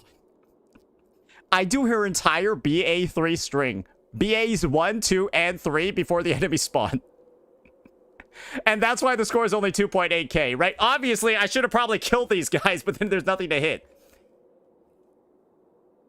And so this unit just performs every single time. I've never had an instance where she doesn't perform. She is truly like, I think, the best anniversary unit ever released. And she's actually only gotten better with time. And then she ends up building half the other teams in the game when you do that too. Very, very, very good. So yeah, that's going to be the summary for today. That's going to be the breakdown. These are going to be the top 5. Let me know what you all thought. Peace out. Not just her damage, but her gameplay is fun. She has good sound effects. I like when her Yais block an attack, and then they make, like, the craziest parry sound ever. Bro, it sounds like, the biggest swords ever just, like, clashed. I can't believe they gave everyone Hyuki with limited pulls. I'm gonna be honest. Them basically just giving everyone Hyuki is insane. She was basically a free character for the anniversary because they gave so many pulls. And she is, like, if you consider her, like, a free character with that many pulls, bro, she is so broken, it's ridiculous. Make a video comparing Zani to Hiyuki? I probably could, yeah. Nah, this is like they managed to turn a negative status unit into the highest value unit in the game. We went from a negative status unit being the lowest value in the game, Zani, to Hiyuki being the highest value unit in the game. That's crazy. Bro, they actually did a 180. Cause like, bro, like, if you don't even, like, you only need, like, one negative status unit for this unit to feel fine. And, like, Soy Soy technically counts. Like, guys, people don't realize it, but Soy Soy Linne Hiyuki is also, like, crazy. Like, Soy Soy Linne Hiyuki is insane. Like, it is truly broken. People don't realize how much damage that fucking team does. Like, some people might like it better. Let me see how much I actually hit.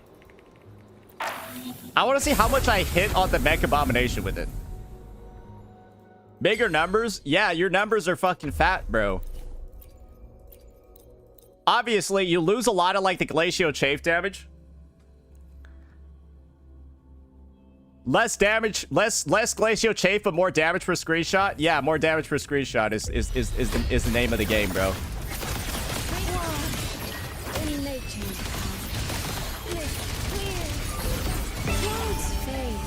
Bro, get your dodge, get your grab dodge, bro. Get wrecked, buddy. Oh, what the hell?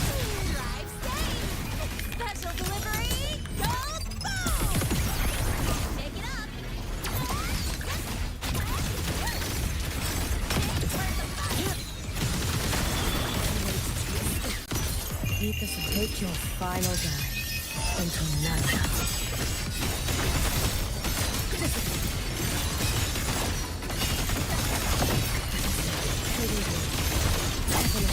And get ready for the damage per screenshot, boys. Bro, where is she? May the Sakura incinerate. Burn this self away.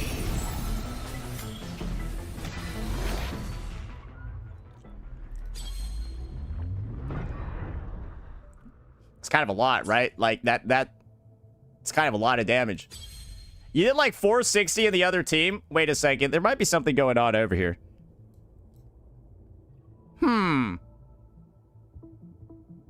Why was Hiyuki buffing, like, why was she kind of...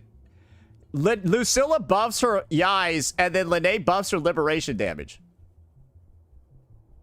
What, are Lucilla's buffs, like, actually kind of crazy?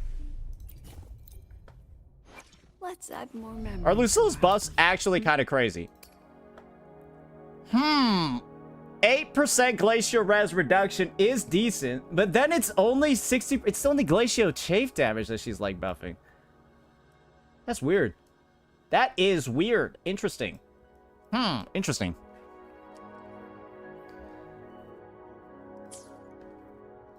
Anyways, that's gonna be that one. That was kind of a long video, though, and I do need to, like, start taking a piss. All right, this is what we're about to do. I'm about to talk to you about how Kuro fucked up a quality of life, but you might not be noticing it. You might not be noticing it every single day, but I did, and, well, the time loss that you're going to be experiencing from this is going to be significant. So get ready for this one, boys. Get ready for this one. All right, I'm just going to have you look at, you know what? How about you just... Not her. I don't like that goofy little seal on her head. All right, you can just look at Soy Soy for a minute, bro. Why is she like? Why is she so bright, bro? Why is she so bright? The fuck?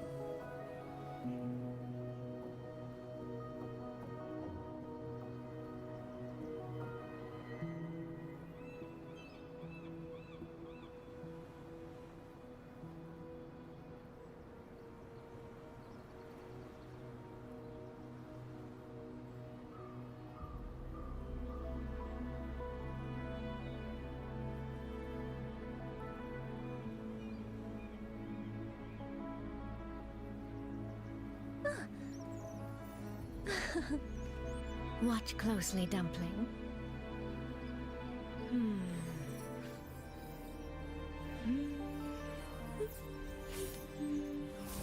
See? Oh, she's emoting. Quite lifelike, isn't it? Oh, she's emoting.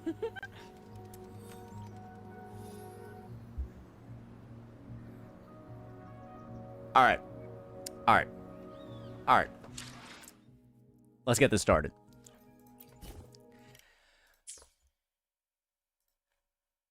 Alrighty, ladies and gentlemen, it's time for us today to have a bit of a discussion about quality of life, because that is something in Wuthering Waves that gets added almost every single patch.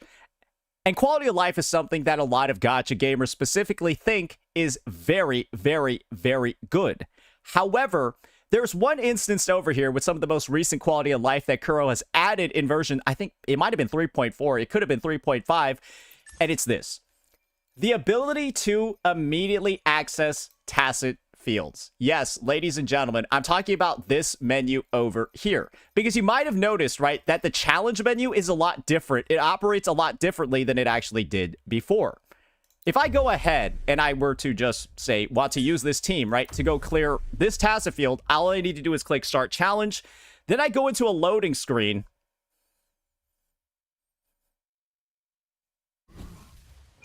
And now I'm here, right? And you're just going to go ahead, you know, do this fight, blah, blah, blah. There's a reason for this, though. Don't worry. We're doing this as a live demonstration for a reason.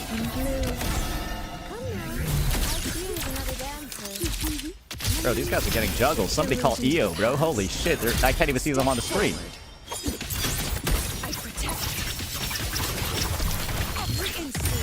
You can trust me. Keep us a life as fleeting as the first night. All right. Get behind me.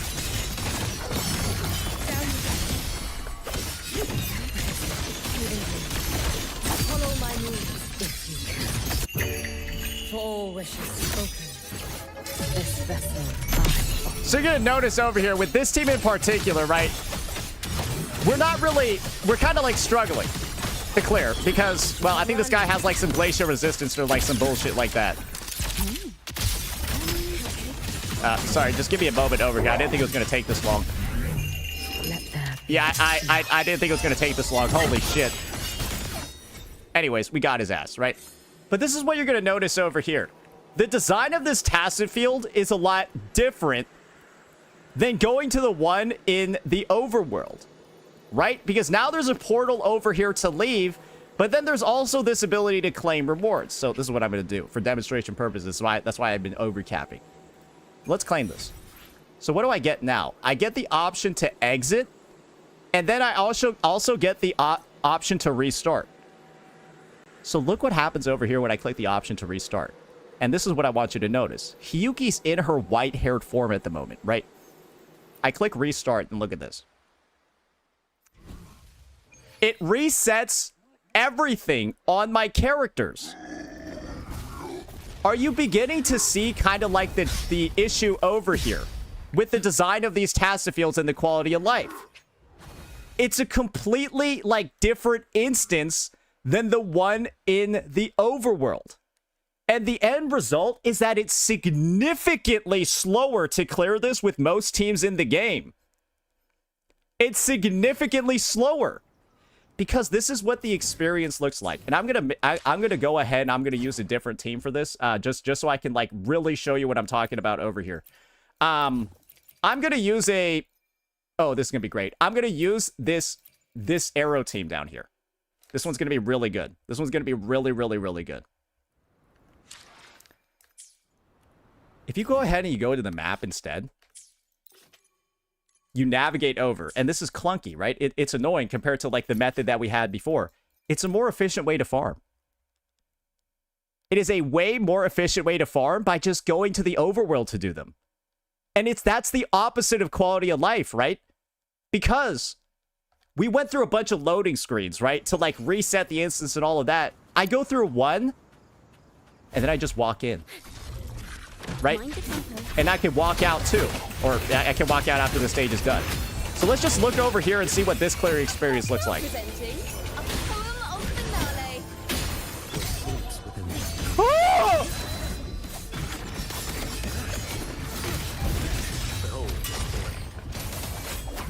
One strike. He's blind. Yeah, that's more accurate.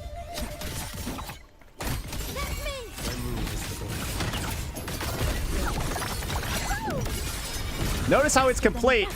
And now I can... Watch this. I claim it, right? Do my 2x claim. And then they respawn. And I have all my resources, right? And I can just go into... Look.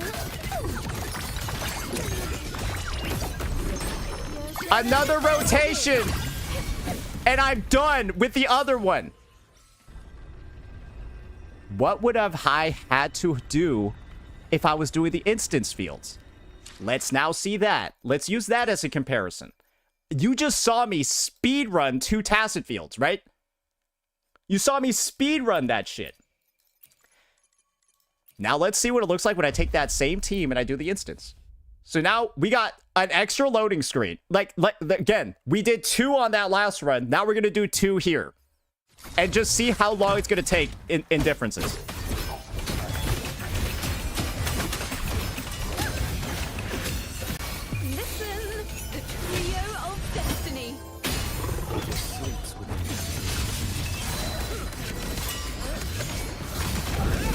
Mandate calls.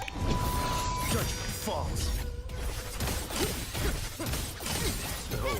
Right now, I'd be like, awesome, bro. Great. I got all my shit ready to go. I'm about to go brick these guys on another rotation. Oh, I got to restart. And now it's another loading screen. And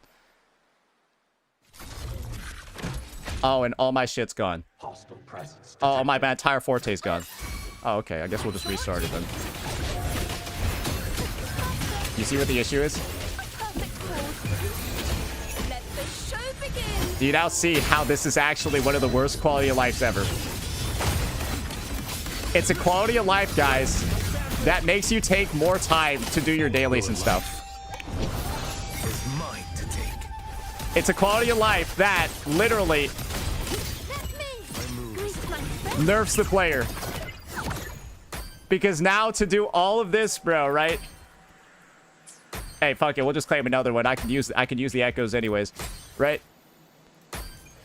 Bro, it's so much worse, isn't it?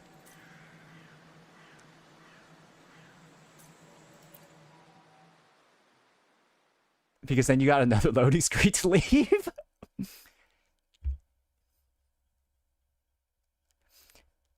So yes, I think that this quality of life does come with a couple of benefits. Right? Obviously, it lets you go ahead and skip the annoyance of having to navigate to these places, navigate to them on the overworld, locate them on the map, so on and so forth.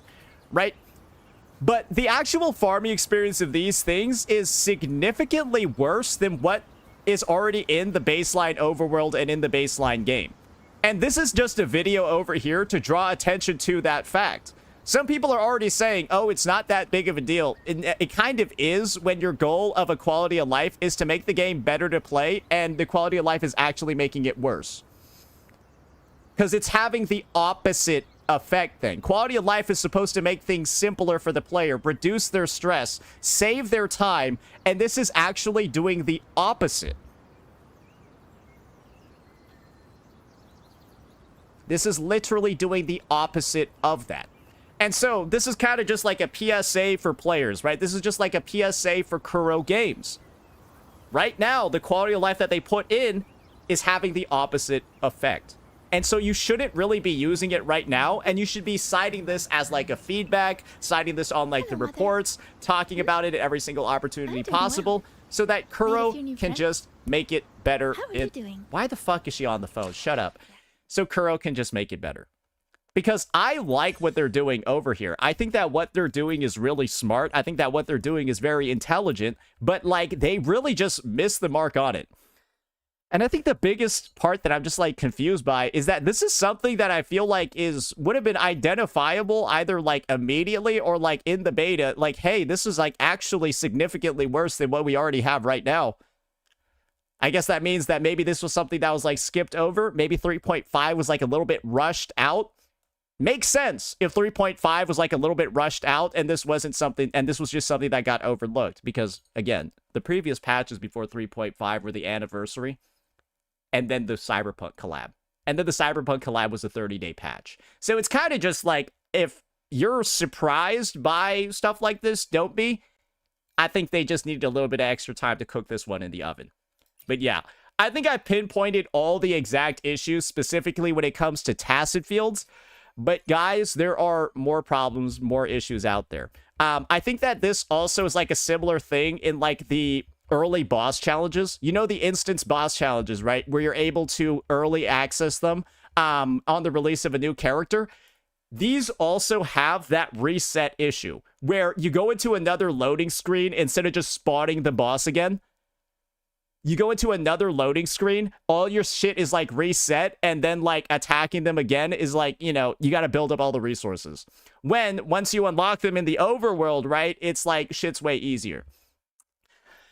Or shit's just way more seamless and easy to farm. And so my take is kind of like this.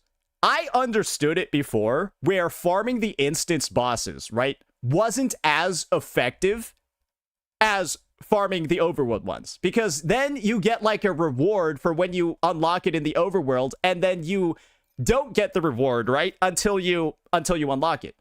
That progression to me made sense, right? You get a slightly slower version that's a little bit clunkier until you get the real version, then that one's smoother. That's how boss challenges operated. That's how these worked in the past, so that's why I didn't think people really cared about it too much. But here, it's kind of just showing that, like, that's just an error with the instance system. Because you can't access these until you unlock them in the overworld. These tacit fields are not available for instant teleport into the instance until you unlock them in the overworld. And so it's kind of just like, I think they kind of just both need to be fixed at this point. Maybe this is a demo for early access tacit fields. And if they want to do early access tacit fields and design them in this way, great, go for it.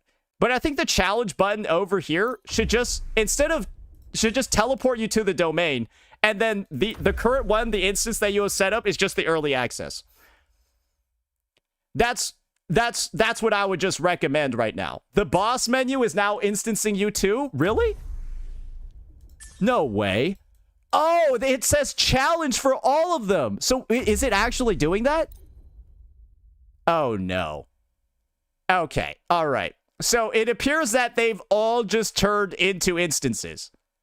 Leave this riddle to me. They've all turned into instances where everything gets reset. I see. Yeah. No, this is literally, it's literally faster to go into the overworld for all of these. Oh, okay. So it's not just echoes. It's everything where it says challenge. So it's basically this. This menu is now cooked, and it will take you longer to do everything. It will take you longer to do anything in these menus, aside from, I guess, like the forgery challenges and stuff, because those were already instanced. Oh, that's not very good. So basically, these got nerfed. These are the same. These got nerfed. Are the Discord nests fine? I don't really know. And I heard Nightmare nests also got nerfed as well. Like, yeah, Nightmare nests are now apparently... Yeah, Nightmare nests are apparently all challenges as well. Yeah, you teleport to them. Discord nests are fine, are they? You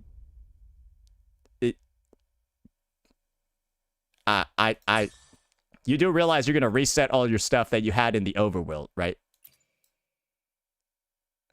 Oh, Discord nests are fine. Nightmares are not. Yeah, okay. So this is kind of like the way that you can figure this out. This is my cheat code, okay? This is the template. If it says challenge here, and it's outside of forgery challenge or simulation challenge, you're getting bricked. If it says challenge here, and it's not one of these two, ignore the challenges over here. But if it's a challenge here, here, or here, it's faster to do it by finding it in the overworld map. You lose your outros, you lose your buffs, you lose everything in between runs, but when you do these in the overworld, it's faster. Why is Nightmare bricked? Oh, you're gonna teleport over there, right? Like again, if I press this, I'm gonna teleport over to the Nightmare Nest. And so I guess Nightmare Nests aren't as bricked, but you basically will not have the resources that you would have just teleporting to it, because again, everything's reset. When if you just walk there in the overworld, right, you'll have all your buffs and everything kind of like there.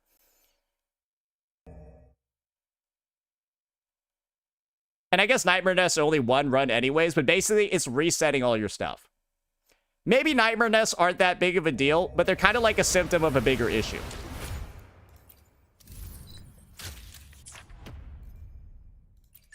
They might not be as fucked up because you can only do them once a day. You're still going to lose all your buffs or whatever you had going, your forte stacks that you had. It's all going to get reset. But then this one's going to take longer. And then this one's going to take significantly longer. And when these are the ones that you repeat every single time, right? These are the ones that you do over and over. These are the ones where after you do one, you immediately claim it and then respawn the next wave. Instead of the wave immediately respawning, you now get loading screens. And if you're wondering, fuck it, we'll just demonstrate it. Fuck it, bro. We'll just demonstrate it here. I don't care. Let's what's a good team to use? Fuck it. We'll just demonstrate it here. Let's just say I'm farming a character that utilizes this boss as mats. Leave this riddle to me.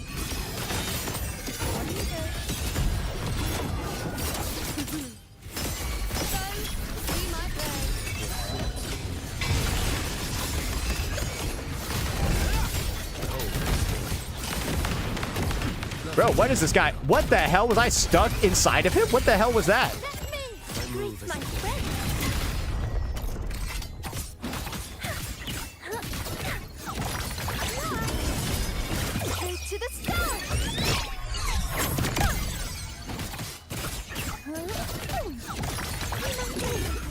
So you clear this guy, right? And you do want to farm this guy if you're going to be getting Jing Ram pieces, right? Now you got the claim. Or the exit. Let's just say, okay, what if I just want to farm the echoes? Don't use this to farm echoes either. You're gonna have to go through another fucking loading screen, bro, to respawn the fucking boss. Leave this riddle to me. And you lose all your shit again. But this is what happens when you go fight it in the overworld. Bro, there's so many loading screens. Holy shit, man.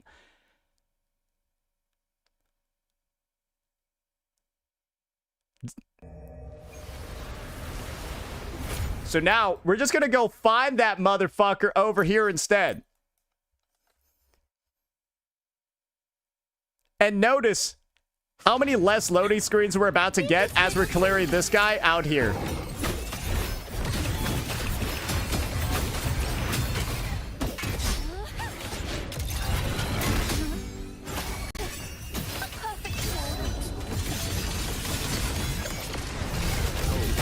Mandate calls. Judgment falls. Way easier to farm this guy over here, isn't it? Everyone knows. Bro, this guy just shit out fire everywhere. Boom! Oh, shit, he got deleted.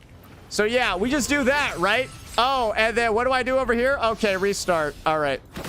Bro, it's, dude, it's literally, I'm getting cancer just, like, replaying this and then seeing how different it is. And I still have all of my buffs, right? I have my outro. I just continue a rotation, right? If you're not doing this, you're losing so much time. Like, if you're not doing, like, if you're doing what's in, like, the menu, you are griefing yourself as a human being.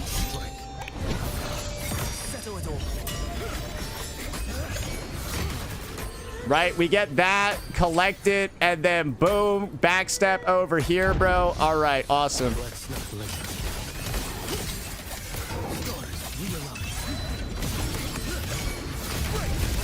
Do you... Bro, this is the most annoying move I've ever seen a boss do in my life.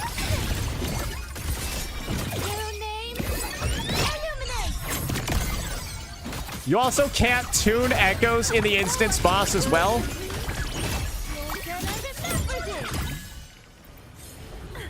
faster than a rabbit. Do you guys see what's going on here? This is a trap. This is one of the biggest traps I think I've ever seen in a game before. And it's so bad that this trap is created from the devs trying to make the game, well, simpler, better to play for people. It is the opposite of quality of life, where an intended fix actually has the effect of severely diminishing the gameplay experience for a lot of people. And that's what I wanted to raise some attention on for today, so that, of course, when feedback surveys, all of that recommended changes come out, this is one of the top line items that we can address. Because after everything you've seen today, this is it's kind of ridiculous, and it also feels not really play tested, and it is unfortunate, but hopefully it'll get fixed. Let me know what you all thought. Peace out. And guys, like, again, it's kind of a big issue, isn't it? It's kind of a big issue, isn't it? That is actually bad. When you see the difference in experience between just going to the overworld and the instance ones, bro, I think in practice the instance ones might be 3 or 4 times slower.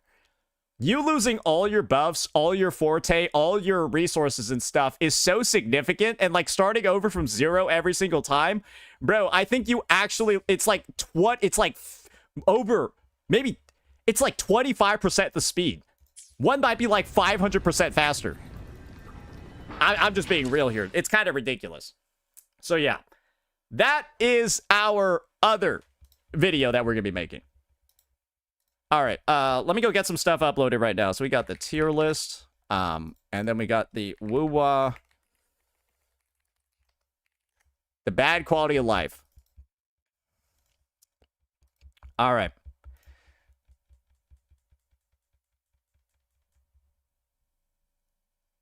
Oh, Frolova loses all her Scarlet Coda stacks.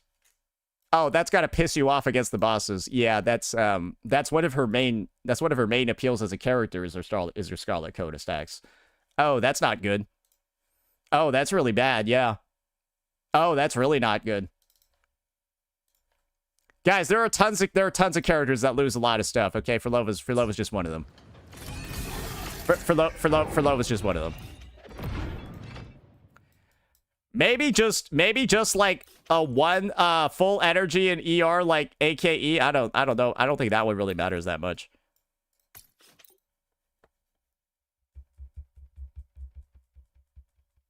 Galbrina loses her Echo stacks. I think Sigrika loses her Echo stacks too. Aemith loses her... Bro, I bet everyone loses... I bet your entire forte gets reset when you go into a loading screen. I think that's just what occurs like that. When you get into a loading screen like that, it just resets everything.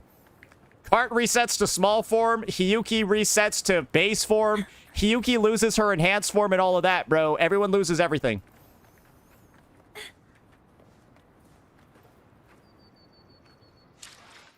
Loses fleur-de-lis form and her sword stacks. Okay, that's fun. So, okay, so it's broken. I think we've established that it's fucked up and doesn't work well. Yeah, I think that's the main conclusion that we've come to.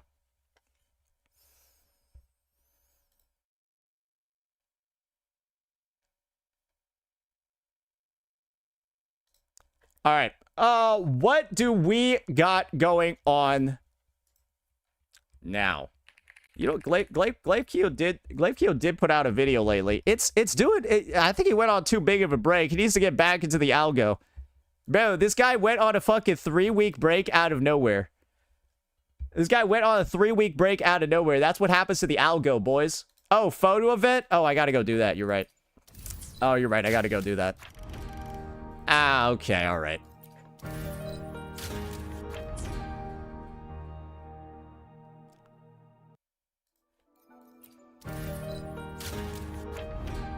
Alrighty, ladies and gentlemen, it is finally time, and that little musical note in the background is finally time for you to be informed that we are now doing the photo event. And this is the last, like, 13 hours that I have to do this photo event, and, well, I have some admissions to make. This is probably the event that now that I've seen all the other events in the patch, this is actually the event that I'm looking the most forward to. And now that people have played things like Virtual Crisis, Quadrant Trials, Lament Recon, Tacit Crisis, whatever the fuck this thing is with the Flappy Bird shit, people have said this is actually the best event in the patch. It's a photo event. That should just lead you to kind of assume how good the other events are. They're not good. So with that out of the way, let's go ahead, meet up with Full Mean and CMOS again. Those dudes from Rinasita. And I guess we're gonna go have some fun. All right, let's go check it out. Let's go get our ass straight. And of course, let's go take our photos. Ah, fuck. Target, Yang Yang Zhuan Ling. Photo of Yang Yang Zhuan Ling performing any stage of basic attack in Feather Sword. And a photo of Yang Yang Zhuan Ling sheathing her sword. Let me see what the lineup is. All right, so, okay, interesting. All right, let's do it. Let's do it. This event was bad, but it was also the best. All right, so what do I gotta do? Let's see it over here. Each freeze frame challenge assigns 3 photo objectives. Complete them by capturing resonators performing. All right, so begin the photo shoot. Hostile presence detected.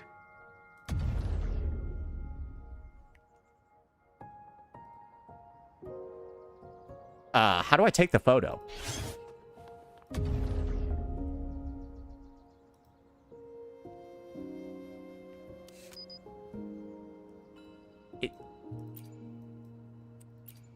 What the fuck, bro? You can like hide, you can hide the enemies too, and then do like some fucking... I mean, I guess... Yeah, no, this was just made for the Gooners, wasn't it? Nah, now I know. This was just made for the Gooners. Yeah, no, this was just made for the Gooners. Read left. Yeah, you know, I guess the slow-mo thing is like kind of interesting too. But it also is like...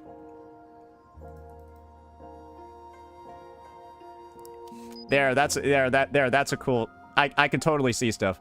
Yeah, that's a great shot. That's a great shot. All right, let's do that. Woohoo! All right, what else we got now? All right. Basic attack stage 2. Wait, what the hell? Oh, sheathing her sword.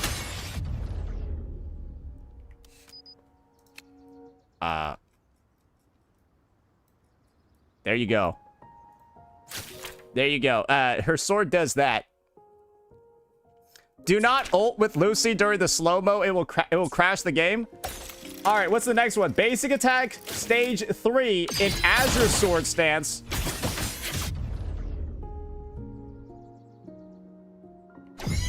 Oh shit, whoopsies. Silence your sound. Yeah, that was not intended.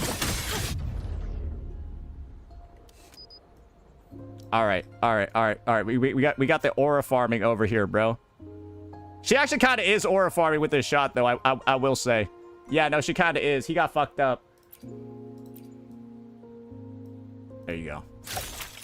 There you go. Okay. Yeah, we got one good photo out of that one. That's what we'll do. We'll take one shitty photo, one mid photo, and then one good one. Yeah, that's good. That's the shitty one. That's the mid one. That's the good one. All right, cool. Next stage, what is this? Enhanced heavy attacks in sword stance. Performing a resident skill to switch. I kind of, you know, I don't really give a fuck about her. All right, let's do Luke Herson now. Yeah, I'm not gonna do the hard ones. I gotta do a rotation first on everybody. Leave it in my hands. All right, what are we doing here? What are you doing for Luke? All right, photo of Luke spinning his scalpel.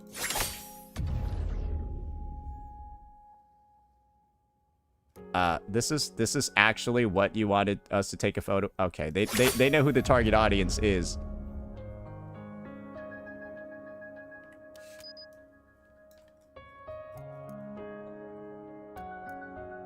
He just looks goofy. He looks like he's in Harry Potter. He looks like he's casting a spell, bro. He's like, Wingardium Leviosa. Is this the shitty pick? I think this is the mid one. Yeah, no, this is the mid one.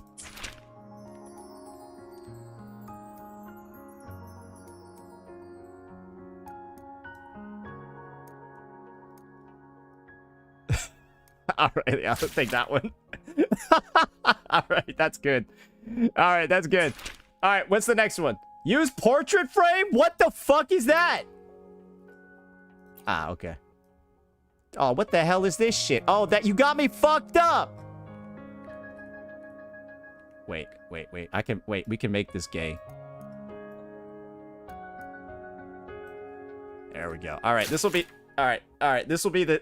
That'll be the shit photo. That'll be the shit photo. There we go. Now it looks like he's about to chop his dick off. There we go. He's about to fuck up that TD, bro. He's about to fuck him up. All right. Next frame. Next frame. He is a doctor, so he gets like TD circumcision. Photo of Luke adjusting his gloves.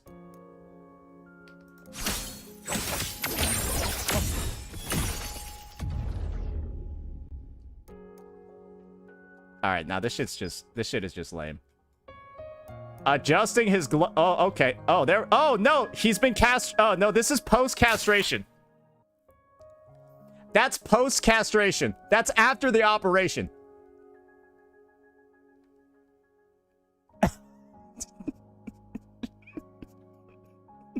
Yeah, let's do a story with photos. There we go. A photo of him snapping his fingers. I bestow. Oh, wait. No, this is... Eternal.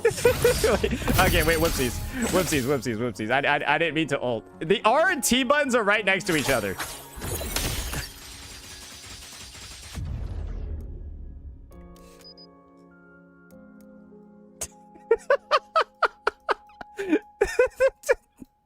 I feel like this, with the context of what he just did, is crazy. So, like, okay. Now let's see the story. Let's see how the story went, boys. So first we got okay, all right. So first we got pre-operation, post-operation, then the celebration.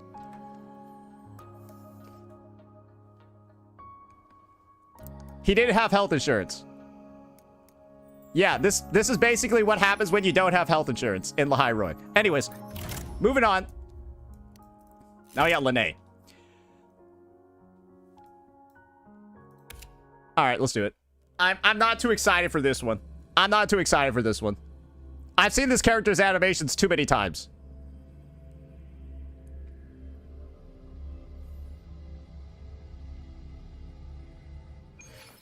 Name your color. Oh, she's got her skin? That's actually a good idea from them. All right.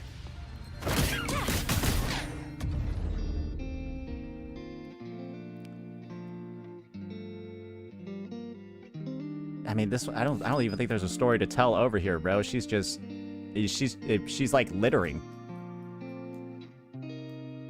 Like, what is that, bro? She's just leaving all that shit on the ground. Wait, let me get evidence of the crime. Bro, look, she's fucking littering. Do you see that shit? All right. Photo of Lene throwing paint over her shoulder. Watch the corner. Catch it. Don't blink. Dude, I fucking pressed R again. Dude, they need to stop. This is a terrible idea to put a T right next to R, bro. I'm gonna be honest.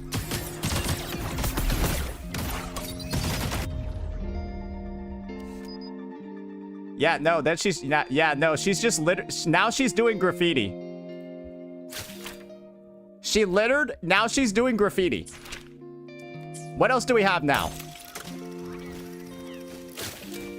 Photo of Lene spraying paint while upside down.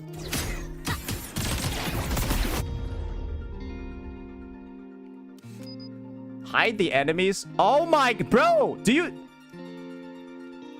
Do you see this? Dude, look at that.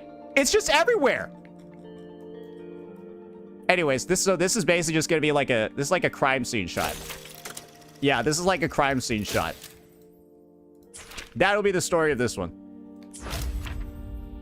Evidence, evidence, more evidence. She's going to jail. All right.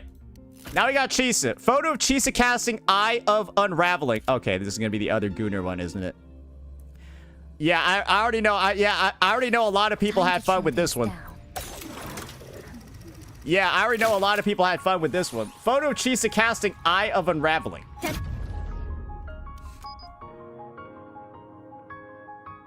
Yeah, no, I mean, there's not really too much you can do with this one, right? There's not really too much you can even do with this one, right? What story can you even tell, bro? We gotta make this cinematic. Alright. She's back in Honami City.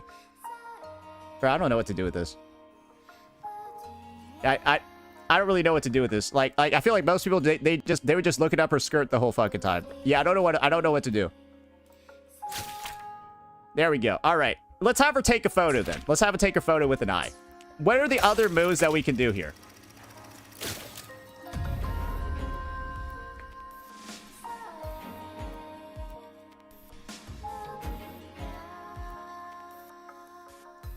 That is the second stage of her basic, though. What?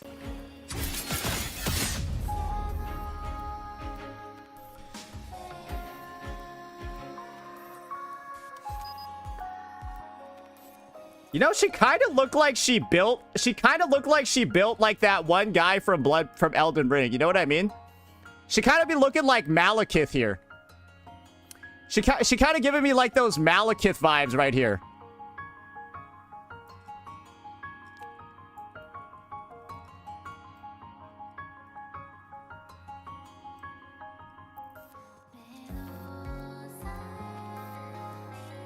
All right.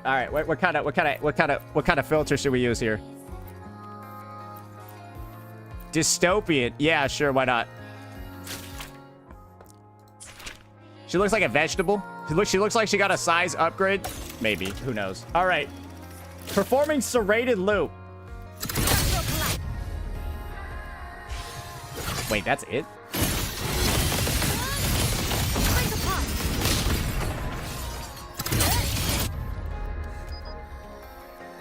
I mean, hers is not very good. I'm gonna be.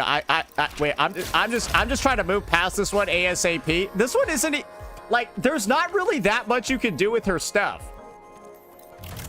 There's just not really that much you can do with her stuff.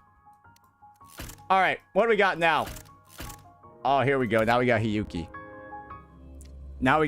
Okay, see, this is where we can actually do like. Now this is where her moves got some storytelling ability. Oh, she got a voice line too? All right. Appreciating the flower. There we go. See? Look at that.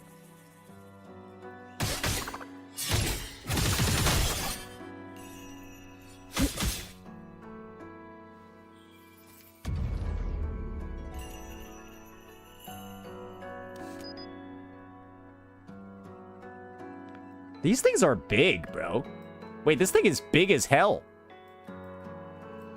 All right, here we go. Bro, that's the first time I've turned on target lock-on in a while. We gotta angle her like a little bit differently. Yeah, we'll have her present the flower to the enemy. Yeah, there we go. Actually, the angling doesn't really work that well. How do I turn off the lock-on?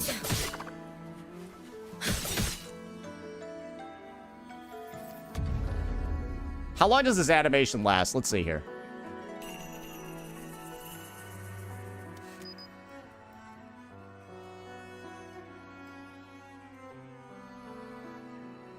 I guess this is all I can do. There's not much you can really do with this one. There's not much you can really do with that one, unfortunately. All right. Basic attack 3.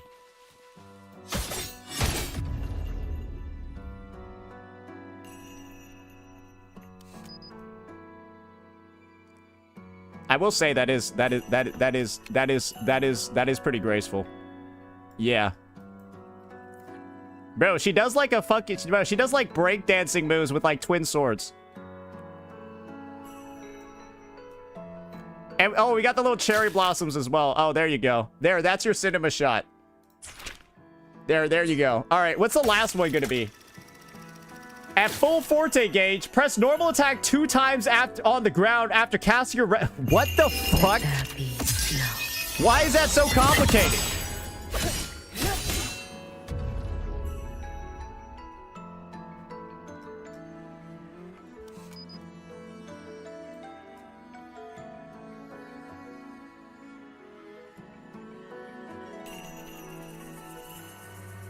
All right. Make it a nice tasteful cinematic aspect ratio. Oh, hey, that's pretty good. Hey, that's pretty good.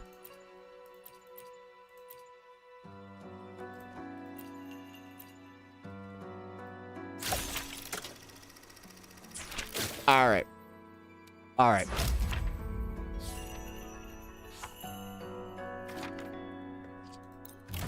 Her hard mode is probably a lot better.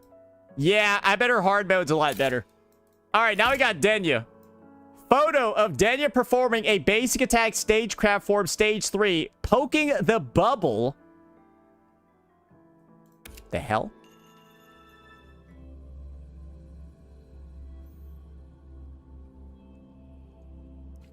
Over here. She's dead though. Why is she here? Are they making her fight like her failed versions of herself? Like these are like the failed copies of Denya, by the way. Yeah, these are the failed copies of Denya, by the way.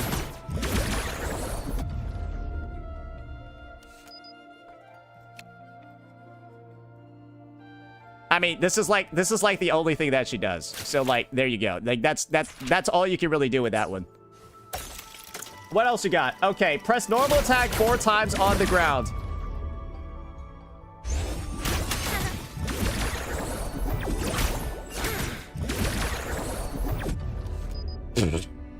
Wait, why does she look like she's getting stunned? Why is she like closing her eyes like that?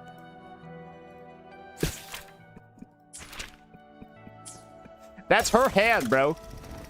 All right.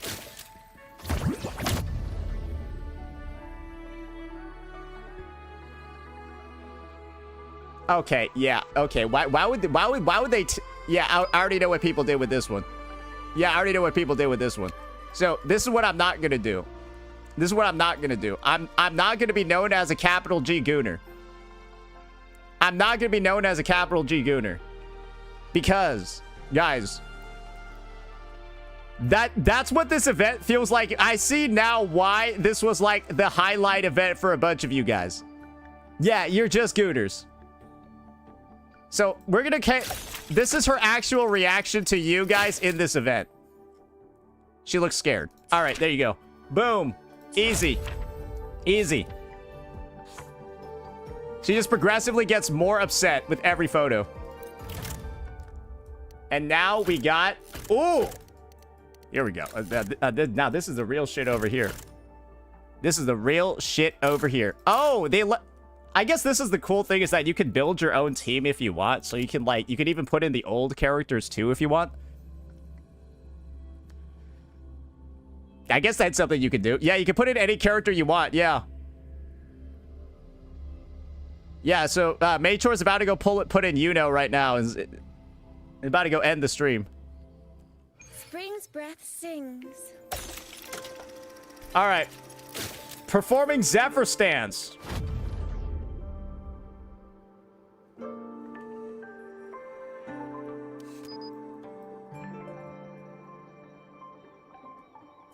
I like how this thing has her signature. This thing like has her signature, bro. But you know we're not gonna use it.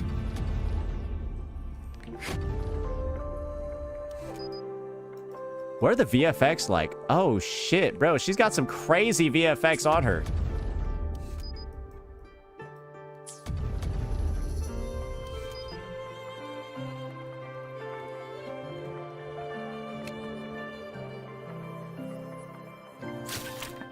Now that one looks nice. I like that one.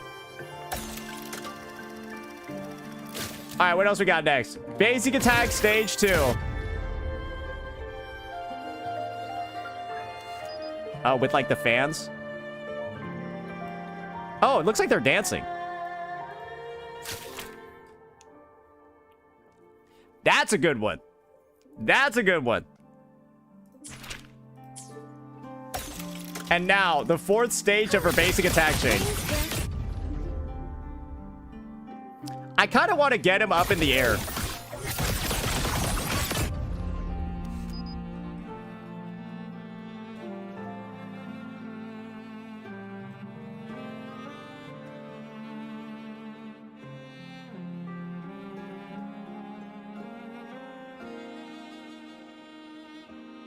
Can he go any higher than that? Like, is there a way for us to, like, juggle him higher than that? I could use another dancer.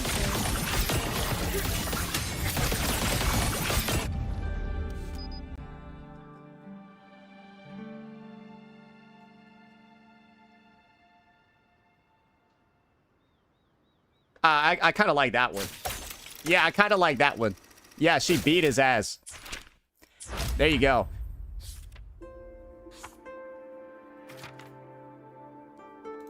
I think this is kind of like the thing. Kuro should probably do like some sort of like voting. This would be my take on this. I bet Kuro should try to do like some sort of like, oh, it's not necessarily Genshin level, but like close to Genshin level event where just have people take like X number of photos, caption them, and then like put them in a competition or something. I don't know, like have like a photo collage people can make and then like tell like short stories and then have people vote on them in game. That would be funny. Like I already see a ton of potential using an event like this to do that. Check the rewards. Oh, okay. All right, we got our astrite.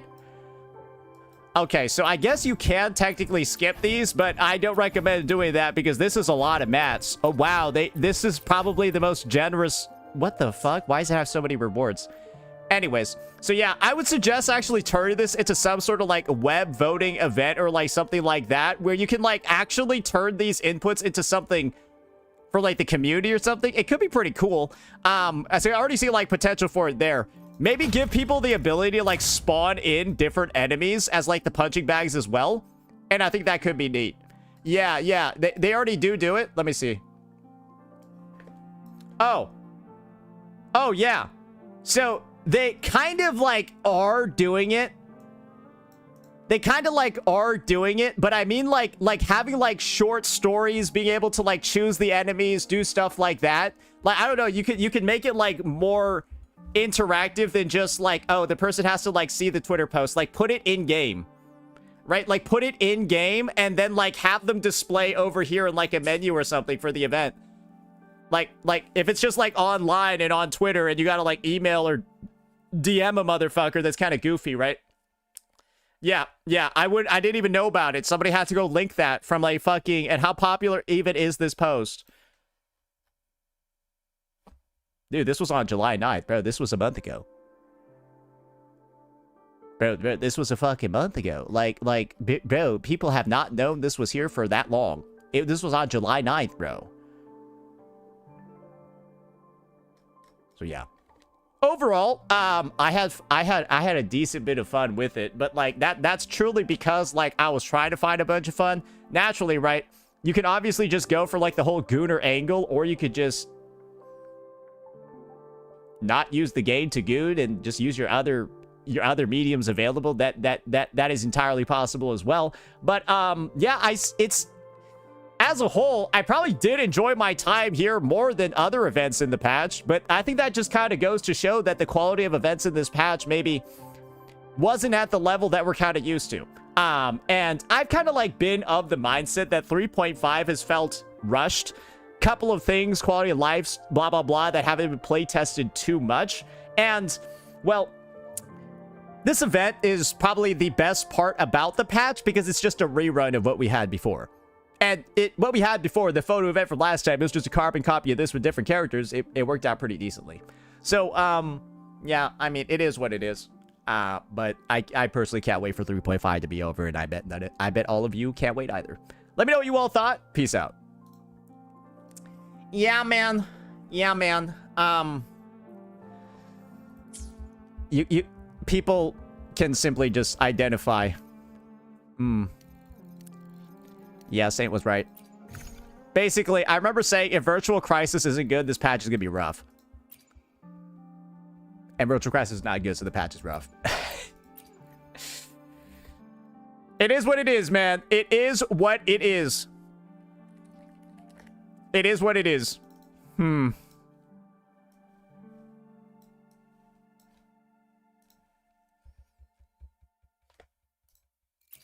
How long do we have left until, like, let me just look over here. How long do we even have left until the live stream? I think I probably need to do like an early, I need to do like a short stream tomorrow. I need to do like a giga short stream tomorrow because we're gonna be having it later.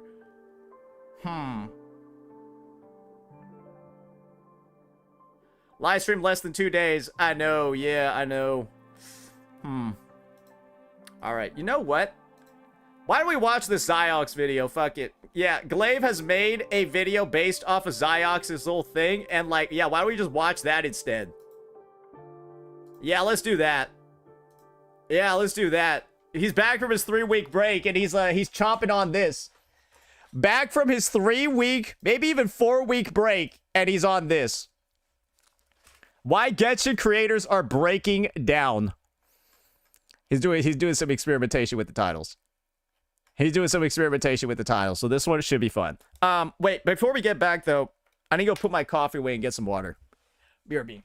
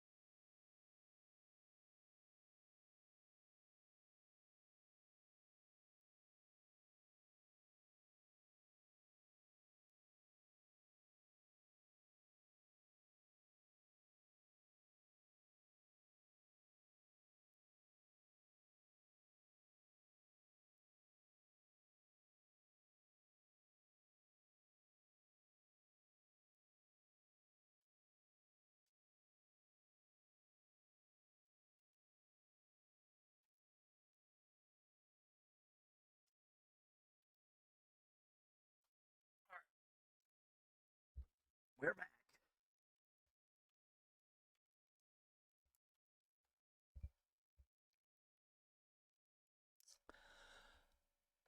Let's get this going. Alrighty, ladies and gentlemen, the prodigal... Is it the prodigal son?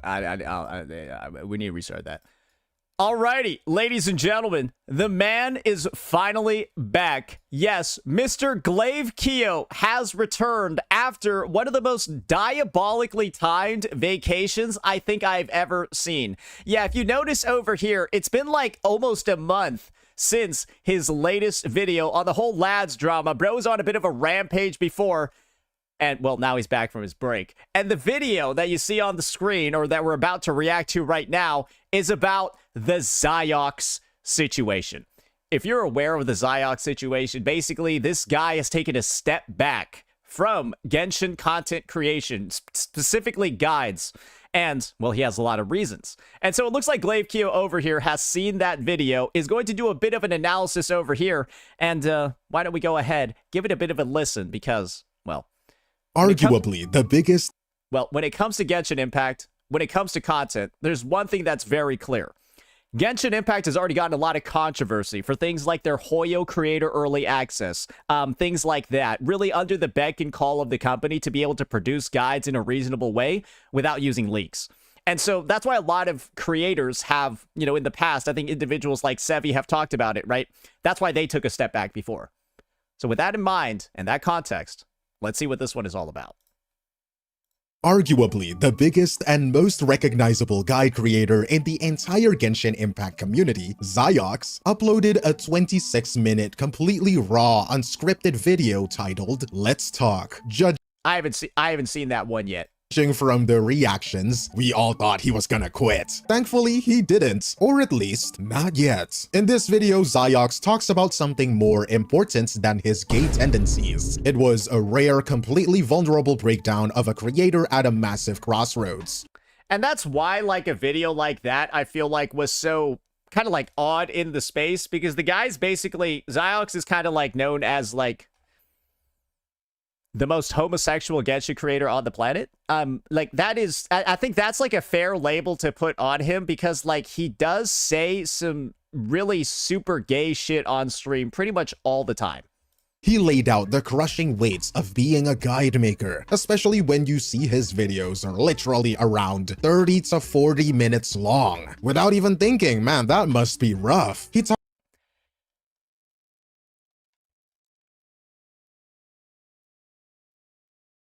Yeah, it's hard to do 40-minute videos, like scripted ones, on release for a character. Talks about weeks of delayed uploads, and a cycle that we are all probably familiar with, burning the hell out. It got so bad that it literally left him unable to get out of bed. In fact,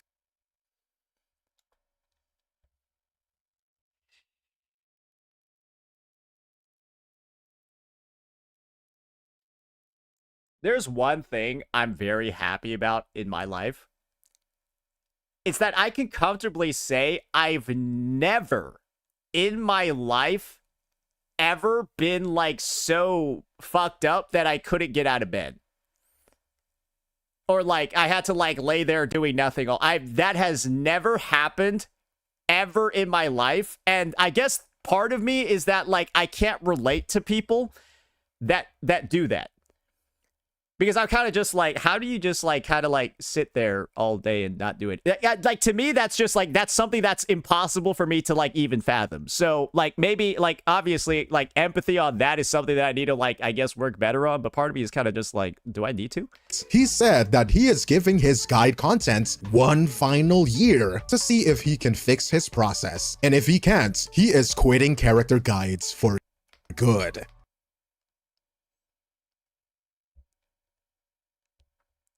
1 year is kind of a long time. I will say that, though. If after a year I'm still like in a mental boom every time there's a guide, and I'm trying to not like talk about it too much, but it does get quite bad sometimes, which I think it shouldn't.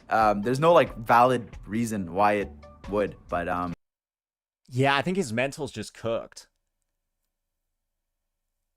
Yeah, this is kind of like the thing.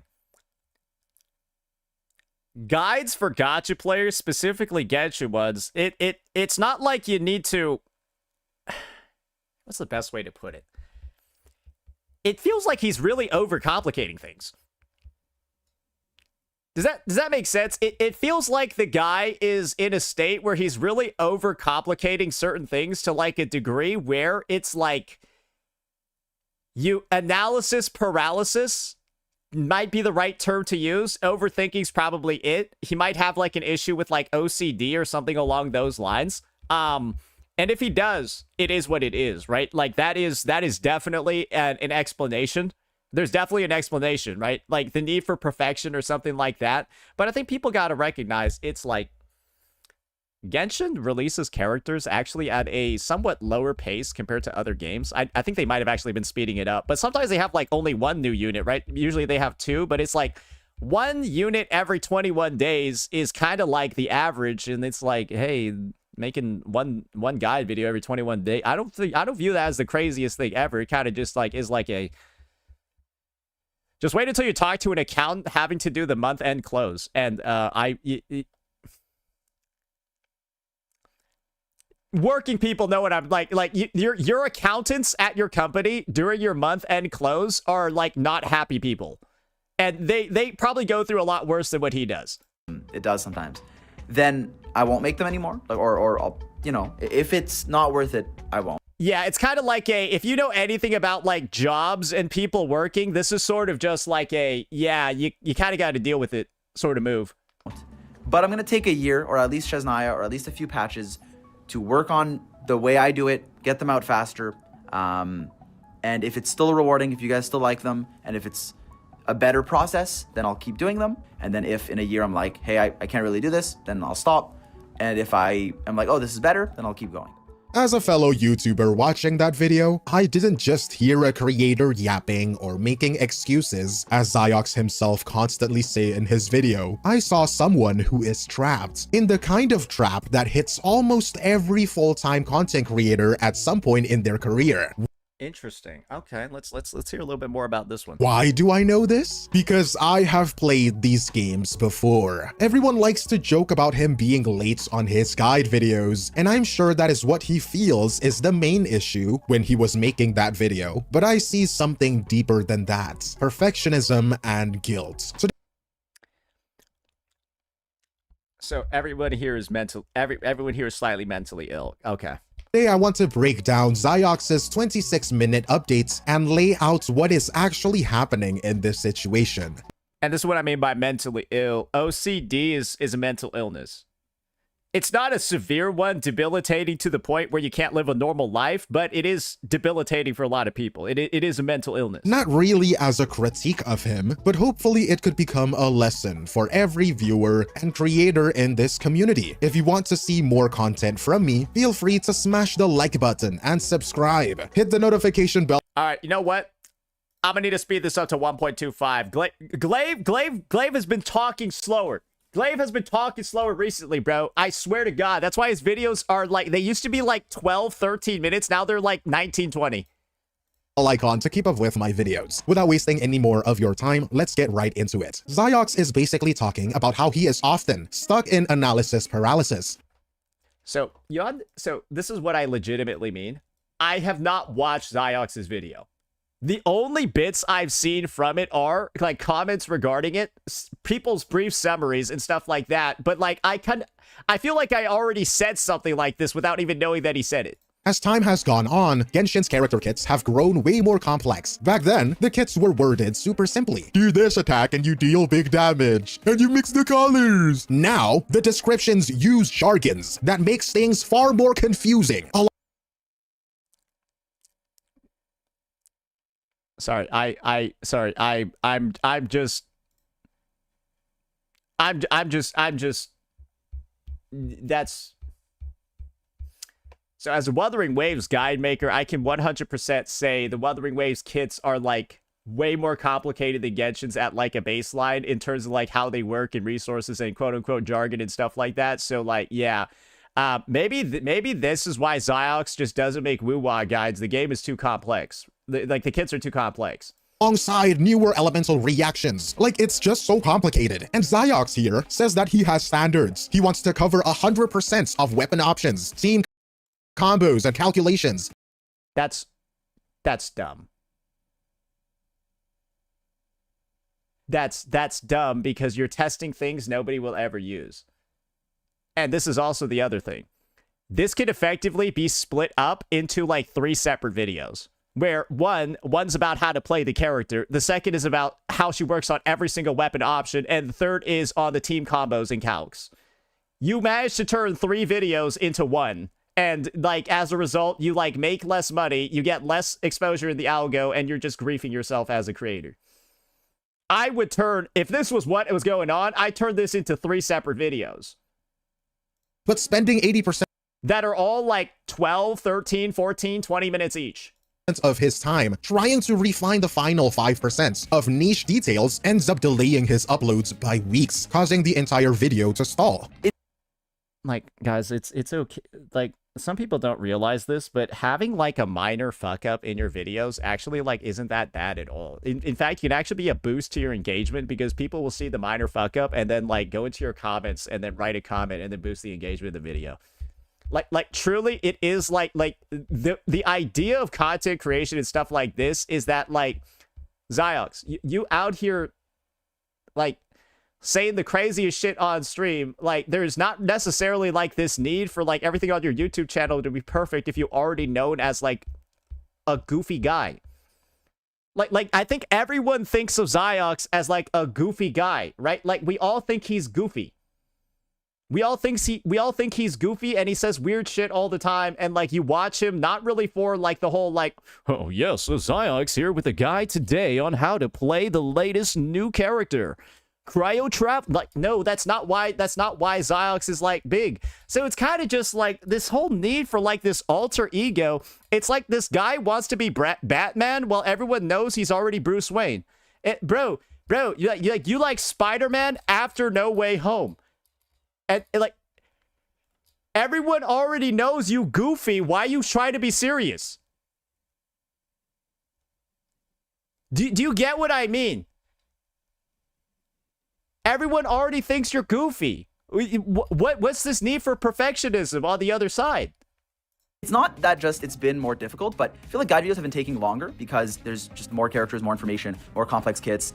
And I feel like I've been harder on myself. I feel like I want to be perfect in it, and I want to cover every option, every teammate, every weapon, every little thing that someone might ask, because that's what I, as a viewer, feel like I would want. No, that's because you're slightly mildly... That's because you have a mental illness. That's why you want to cover those things. And by mental illness, I mean OCD, because you're caring about details nobody gives a fuck about. And that caring about details nobody cares about is what's causing these problems. So what ends up happening is a lot of the times, if I can't get a perfect video, I just won't make it. Or I just won't post it. And because of that, it'll just not get posted for a really long time, waiting for the last 5% or 10%. And it just makes huge delays. I mean, when I heard that part, I was like, wow, this guy is super serious about his craft. That is next level perfectionism. But is it worth it for the video? No. No. No. To be late by that long? So with that being said, there are a couple of things I would like to say. With that mindset, you will... I'm just gonna be honest. And I mean this in like the least fucked up way possible. With that mindset, you are just going to be stuck in life. Like, you are going to just not get the things you want with a mindset like that. I truly don't know what else to say about it. It is one of the most self-destructive things I've ever heard. In response to that, Zyox, if you're watching this video, you're probably not, but let's pretend that you are. Number one, what you should do, implement the 80-20 rule. You might want to lock in on this because not knowing this fundamental rule creates a massive bottleneck for content creators who don't recognize it. I don't even know what this shit is. The Pareto principle states that roughly 80% of results come from 20% of the effort. Now, how does this apply to you? The idea is that 80% of the value viewers need comes from 20% of the core information in your video. That 20% effort with 80% value is what the majority of the player base actually needs when a new character drops. Now, okay, so he kind of went on a roundabout, complicated way to say that, like, viewers don't need all the information on the fucking planet. Because all the information on the fucking planet is already available. They just want you to take... Like, guys, this is a crazy thing. All the information that's in a guide, you could actually look up on Google. And the point of a guide maker is to compile the most important bits of information in the most concise and digestible format possible for your guide. So when your guide is like 50 minutes long, it's not a good guide. let's pretend I'm your viewer here. These would be my main questions going into your guide video. What artifacts do I farm? Which main stats and substats matter? What are the best in-slot weapon options, alongside the possible free-to-play or... Like, this is the unfortunate thing. Like, the unfortunate thing about this video is that, like, Glaive now comes off as patronizing because it's like, Glaive doesn't even make guides.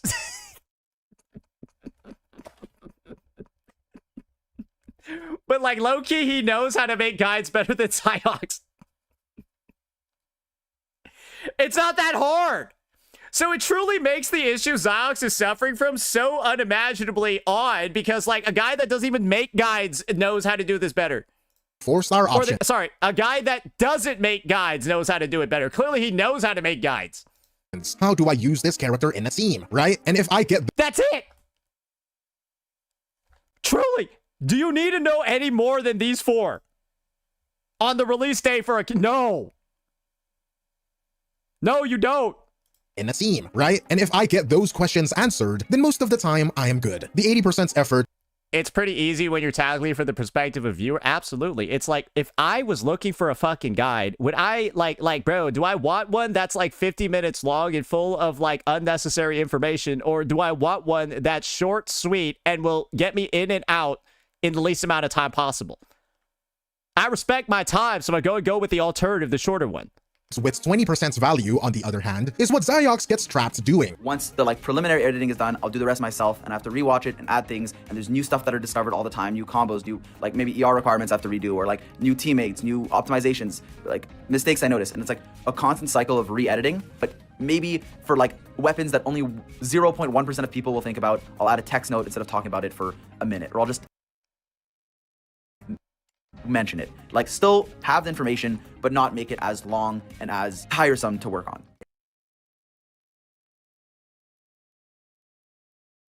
Why don't you just make 2 videos?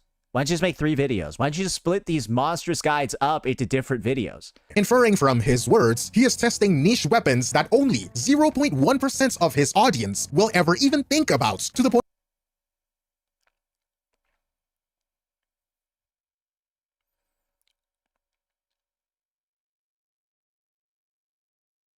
I'm sorry. This is what he just it's like, it's a combo of like OCD, but also like, this is just a little dumb, isn't it? It's just a little dumb to think about, right? Like, I understand you got OCD, but like, at a certain point you got to realize, man, is the juice worth the squeeze here? Is the juice worth the squeeze here? Like that is truly a question that every single person out there should always be asking themselves about anything they do. Is the reward of me doing this worth the effort? And I think Xiox might just be really bad at quantifying what something is worth. where it becomes long and tiresome to work on. He re-edits constantly every time there is a new combo or a slightly better min-max detail on the character, and it just ends up being a cycle. The video ends up being late, or like the Sandrone guide, ends up not getting posted at all. When that happens, it's not even 80-20 anymore. That is 100% effort for zero value. The honest truth is that a viewer who just got a new character and is stuck on how they should build them doesn't need a PhD in Genshin theory crafting. They just need a clear roadmap for what to achieve if they want a well-built character. I understand that you might want to do more for reasons not being discussed, but that 5% of micro-optimization, you wanting to literally make the most perfect video ever.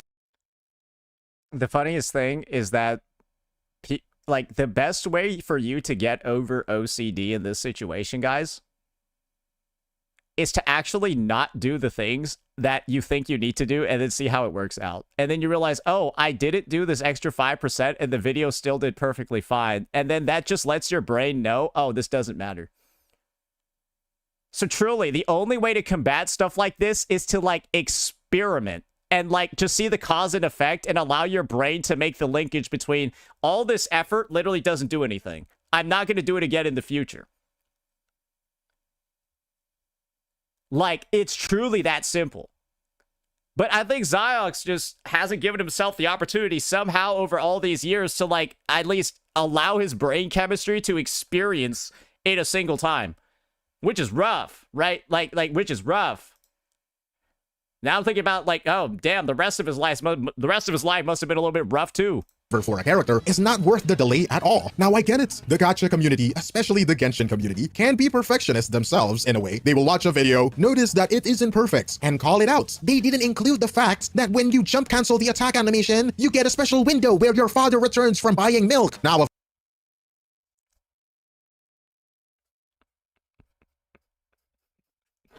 Fuck.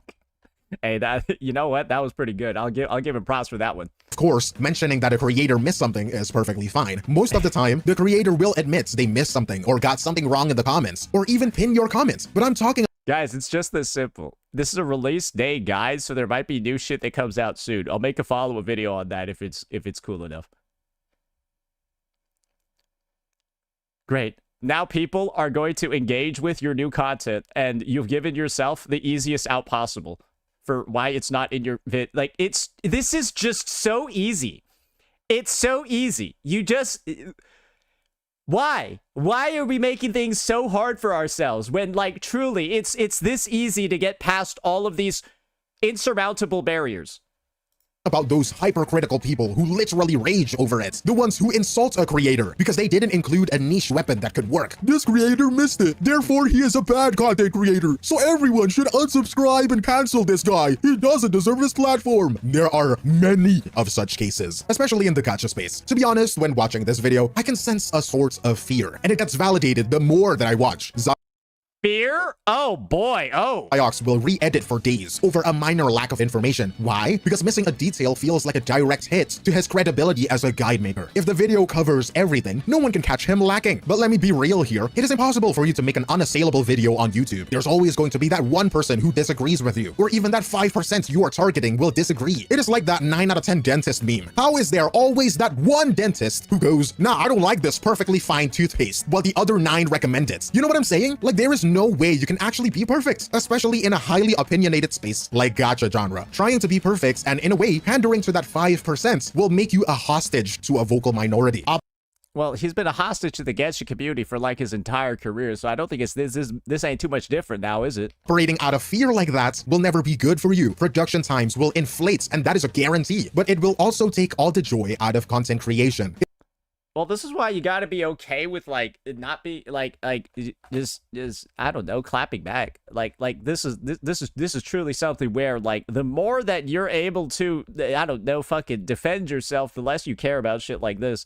Like, guys, truly, it is like a matter of, like, I don't fucking care. Like, fuck off. Like, just have more of these vibes for when somebody's not intelligent, or like they're saying dumb shit. Like, it is going to be exhausting and mentally taxing. Now on to the next problem. Let's say you are in a situation where the video is already delayed, and that could be caused by a lot of things. It could be things like the issues we discussed before, re-editing, chronic perfectionism, or even things out of your control, something like traveling. Now what? Well, in the clip, he talks about how he feels when he does miss a deadline. He says things like, what's the point anymore? And talks about how hard it is to find the motivation to finish something that is already delayed. And then when I got back home, it was already a week delayed, which mentally was already like, what's the point anymore? Or it was over a week, I think. Anytime there's a delay of a day, a week, 2 weeks, it's like, what's the point anymore? Like, is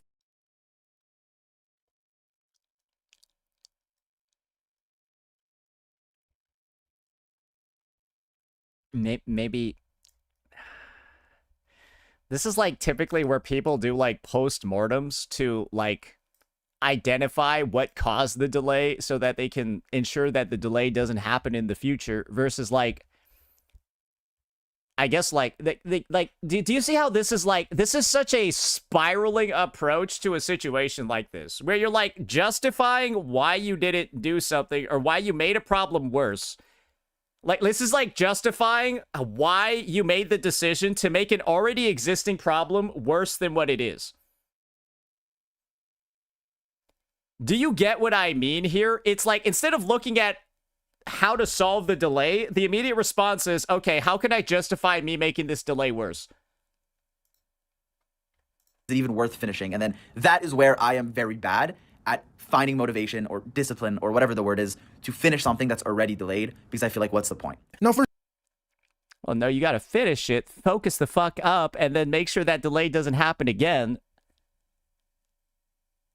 Like, I mean this, like, bro, I think Ziox would have, like, died in, like, 1950, bro. Like, I truly mean this in, like, the most, like, genuine sense possible. Like, that, how, like, what, we can't be, like, out here, right? We can't be, like, out here, like, it's not that hard. First of all, why is that? Because to a perfectionist, missing a deadline equals to something going wrong. Bro, this is like, just imagine that, like, you're working, it's like 1960, and you're working in, like, the metal mill, and then, like, one of your coworkers is, like, just not taking the bolts off the thing, and he's like, but I already missed one bolt, right? So, like, because I already missed one, what's the point of me getting the other ones? And you're just like, what? Shut the fuck up and do your job! You little bitch! Shut the fuck up and pick up the bolts! That's like what would happen. And like, I feel like he needed that to just happen to him in like school. It needed it to like happen in school, like, or like, bro, like a job, or like, bro, somebody needed to just yell at him so he stops doing this self-destructive bullshit. Like, woe is me, something bad happened. Woe is me, how can I make it worse? It means the project is already a failure before it even gets posted. Does that make sense? You need to understand that it's less about laziness and more about avoidance. Guilt replaces productivity with a feeling of shame. Because as a creator of his size, like, bro, you need to get this like yelled out of you. I'm going to be honest. Because it's all mental, bro. This is like, it's literally all just mental blocks everywhere. there is this unexplainable pressure when it comes to your craft. I can prove this by how much Ziox. I genuinely feel like this is a result of too much positive reinforcement. Like, I don't know how you get here as like a 25-plus-year-old guy and still have issues like this. There must have been too much positive reinforcement for everything. Like, how does this not get, like, I don't know how you make it to 25 and have issues like this.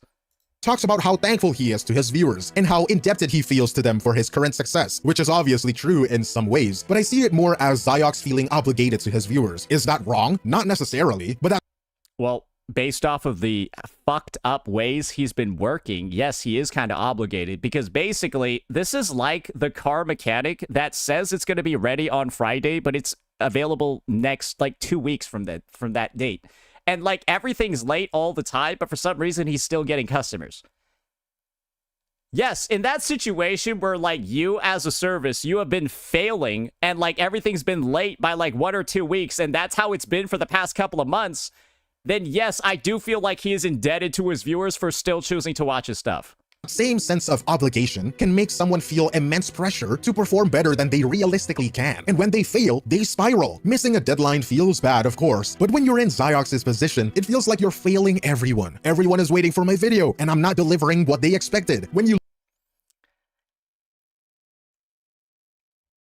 And like, guys, it's this is like the best way I can describe. He sounds like a depressed shonen protagonist.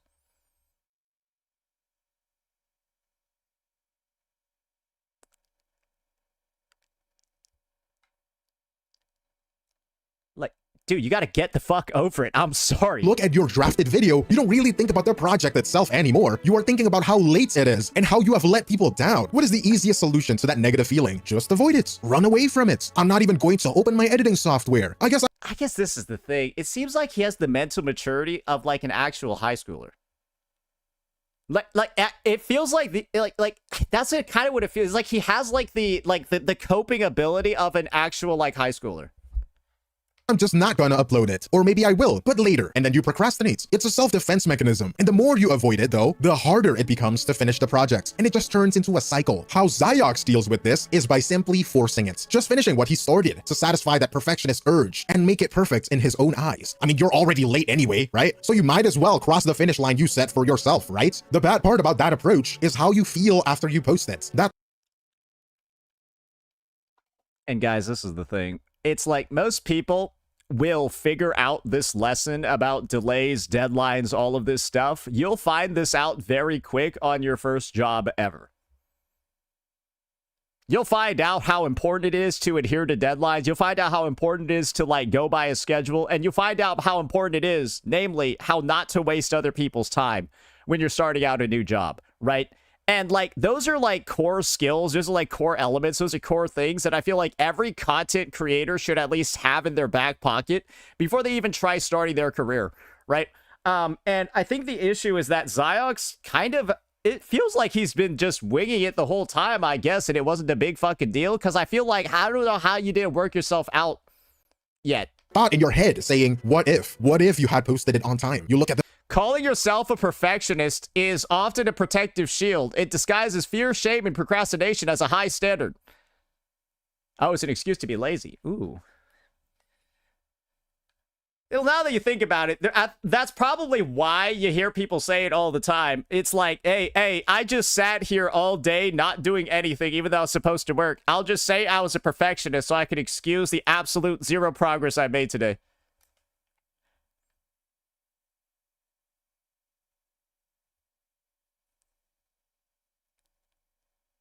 Yeah, we all know somebody that does that. Views, and even if they look the same as every other character you've covered, you still think, what if I was on time? Could it have surpassed the number? You just don't get it, bro. Like it's just so hard, bro. Like every single time I do something, bro, like if you were in my shoes, you would understand, bro.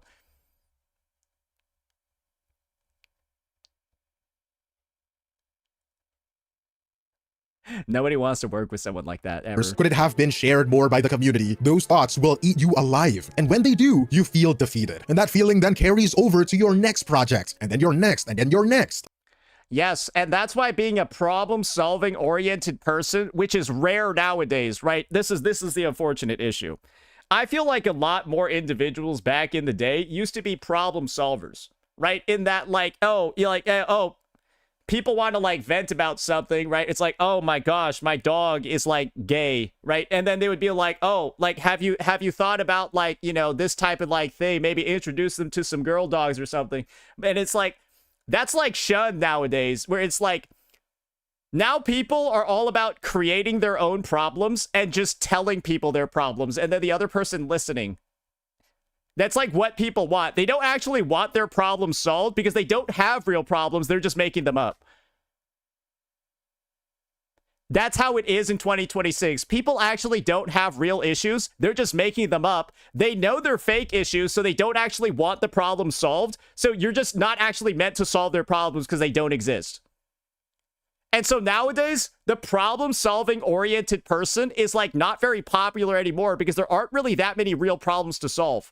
So it's almost like incentivized to like be a little bitch all the time.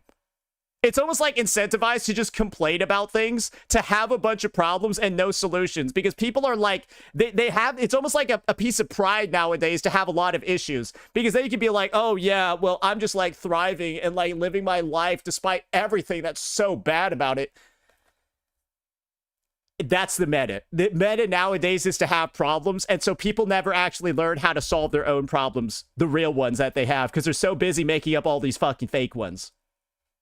Until you end up posting a Let's Talk video because you couldn't take it anymore and you decided you needed a change. At one point, he also admits how exhausting and mentally taxing it is. And he's right. That is just how it is sometimes. All of that, it just makes me get in my own head a lot, and it makes me in a quite bad mental state. I don't really know why, but my I just think he never learned how to solve actual problems in his life. mental health in the week when I think people solved problems for him.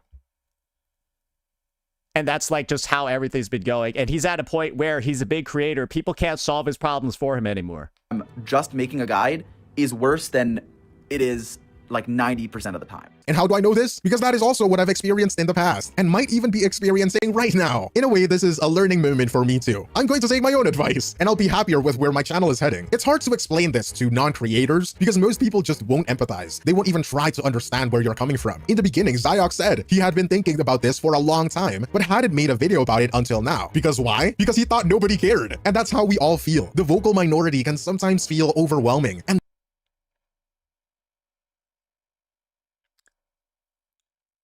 Nobody really cares about self-inflicted problems.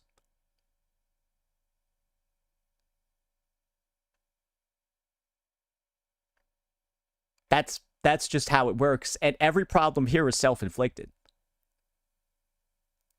Like you don't really care that much if somebody's just constantly hurting themselves, because it's like, well, you're just stop. Like, right? Like, and so that's where I think this whole like negative stigma comes from with these issues, because it's like, bro, you did all of this to yourself. That's the core root of it. So why is it my problem?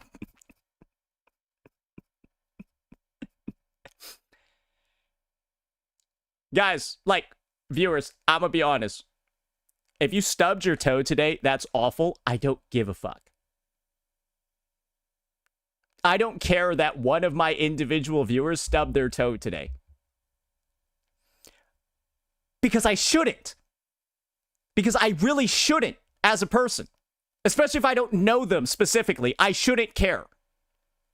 That often is the spark for burnouts. When those people think making videos is just cutting clips, placing text on the screen, and rendering it, that is only a small fraction of what we actually do. Even people with reaction channels, some of them are probably reacting to this video right now. All right, time out. What is he about to say? He's about to talk some shit. Let me hear it. The ones you might think are lazy and just taking advantage of other creators still had to learn how to be good reactors. Guys, this is the thing. Who actually does gacha react content like me? Not really nobody. That's kind of like the point, because I offer one of the most fresh and unique perspectives to gacha content, gacha reactions that nobody else in the space can even get close to. And so as a result, I am kind of like the gacha reaction guy, and people have tried, but they don't ever get the same results. Because you need to have a very specific skill set to be a React creator. You need to be fast on your feet. You got to have like a good, a good sense of humor. You got to have good critical thinking ability, and mold all of that together into making a response, a good quip, a one-liner within seconds after hearing something. It's not easy to do. And that's why, like, the most often you'll see, like, for React creators, bro, they'll be like the theater kids. I was the theater kid. I was like a debate club kid, but I never went to debate club, so I was just an asshole. I did debate club in League of Legends and on Summoner's Rift. So that's why I'm able to do React content like that. Anybody can have a reaction channel, but not everybody can deliver good reactions. And I'm not saying this job is harder than a traditional 9-to-5. That is a completely different debate I'm not going to get into. But while physical jobs are more tiring on the body, this line of work definitely takes a mental toll on you at some point in your career. Well, yeah, so make sure you got a good brain before you do this shit. So if you ever wondered why your favorite YouTuber suddenly disappears for the entirety of July, just posting one video, this might be the reason. And now you're in this situation. Wait, so what? Wait, what did he say over here? Oh. Yeah, he's not, I think Glaive's just saying he's not good at React content. You've missed the deadline, you are stuck in a cycle of being late and feeling defeated, and now you are burnt out. You feel mentally exhausted, and it's affecting your life in so many ways, from your sleeping habits, your eating habits, your relationships, God forbid. And what now? Zyox I think Glaive basically was saying there, if Glaive was better at React content, he'd be able to do videos while he was on vacation, but because he's not that good at it, he doesn't have that as an outlet for him. Does that make sense? Talks about how he feels guilty for feeling this way, which is probably going to make you feel worse. Well, not really probably. It definitely is going to make you feel worse. But no worries, this happens to pretty much every content creator when they hit this point. I mentioned it a little bit earlier, but now we're elaborating on it. Privilege guilt. It is something creators feel when they are mentally exhausted, but actively suppress or invalidates their own feelings because, well, they have got it good. They feel their job as a content creator shouldn't be taken for granted because it is objectively better or easier than most traditional labor. They No, it is true, I think. Yeah. feel this platform was given to them, not earned by them. At least that's how it feels to them. Again, Well, I mean, that's entirely accurate. It's 100% true, because without COVID and that, I don't think Zyox is even close to his current size right now. I have Based off his work ethic and actual output, if he were to start content creation in 2026, I think he would go nowhere.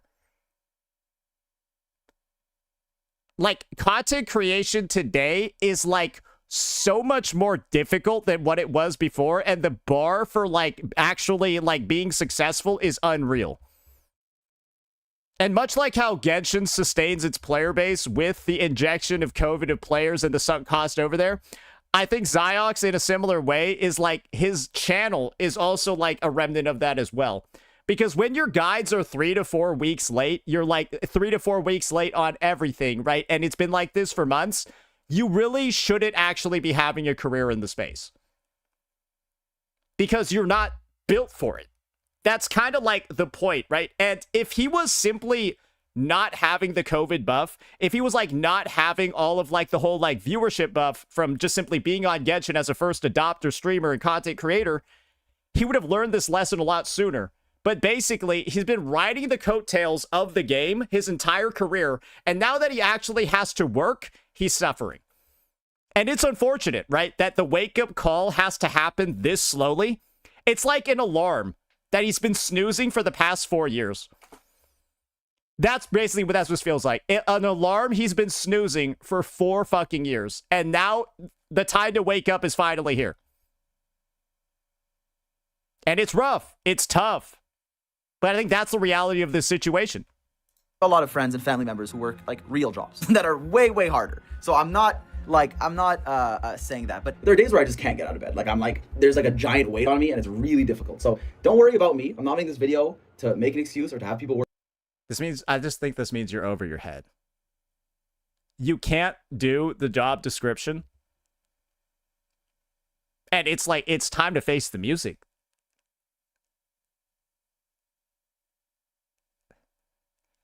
You got to be real fucked up to get to the point where you can't get out of bed. You got to be real fucked up to do that. You want to know how I know? Because I've never been fucked up enough to do that before.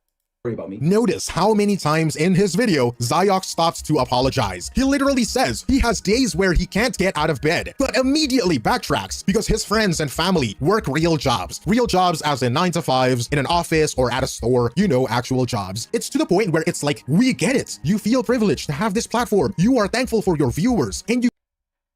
It's bad when you are... So this is the thing. I don't think anyone gives me shit about how much I work. I don't think anyone thinks I'm lazy. I don't think anyone thinks that I'm like an underachiever or that I'm doing like the bare minimum or shit like that, or that like my position is unearned. I don't think anyone thinks that. I think everyone has the impression that I work quite hard. And some would probably even have the impression that I maybe work more than they do at their 9 to 5. That's because my output matches the description of working. 3 uploads a day plus a daily stream, whatever. Yes, it looks like I'm working the whole time. When you are putting out guide videos 4 weeks late and doing no streams. Bro, how many streams has Ziox had and how many videos is he putting out? Like this is like the issue. This is like the issue, bro. We're doing, right, like somewhat daily, not really daily. It's like intermittent streams that aren't like the most consistent. I think it's better at least than like it seems like maybe 15 days in a month. So like half the days in a month, right, he's outputting regular content. But this is the situation, guys. This is the situation. You look at his fucking YouTube. And then you just see this.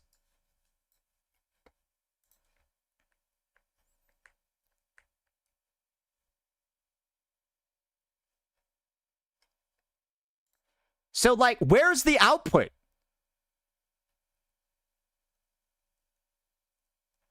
Where's the output, bro? It's like, dude, like, where is the stuff? Where's the content? I do 3 vids. You got 3 vids a month, bro. 2 vids a month. Sorry. But that's the thing, right? It's kind of just like, where, like, I think people, like you, I think you should feel guilty. Because what are you even doing on your streams? Are you going in with the idea of making videos, or are you just pressing play and then just yapping for 4 hours? All right, no, you just pressing play and yapping for 4 hours with your boyfriend, right? Bro, like...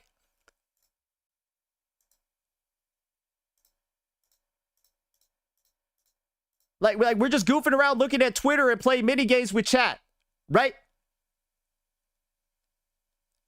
You just having fun, bro. You just having fun. You just goofing around.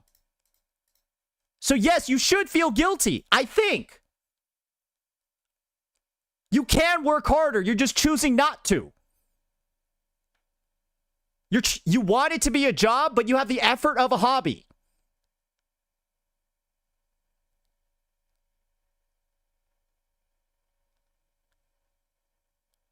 and you got paid like a job while working it like a hobby. And now that you got to work it like a job to get paid like a job, now you complaining. I'm telling you, content creation was easy mode when you started. It's not easy now. And while you're seeing literally just goofing around, bro, playing fun little games instead of, like, I don't know, making a fucking vid so your viewers can have content, your 861K COVID subscribers can get some content. You make this talking about how life is so hard, how you can't get out of bed, but then you're just going to goof around and play games on stream, every single stream. Come on, man. You couldn't have achieved all this without them. We get it. But even so, So that's why I think he should feel guilty. Especially when you just on the record having some fun. can't be healthy, right? Instead of working. And remember, this stream was 2 days ago. His video was 7 days ago.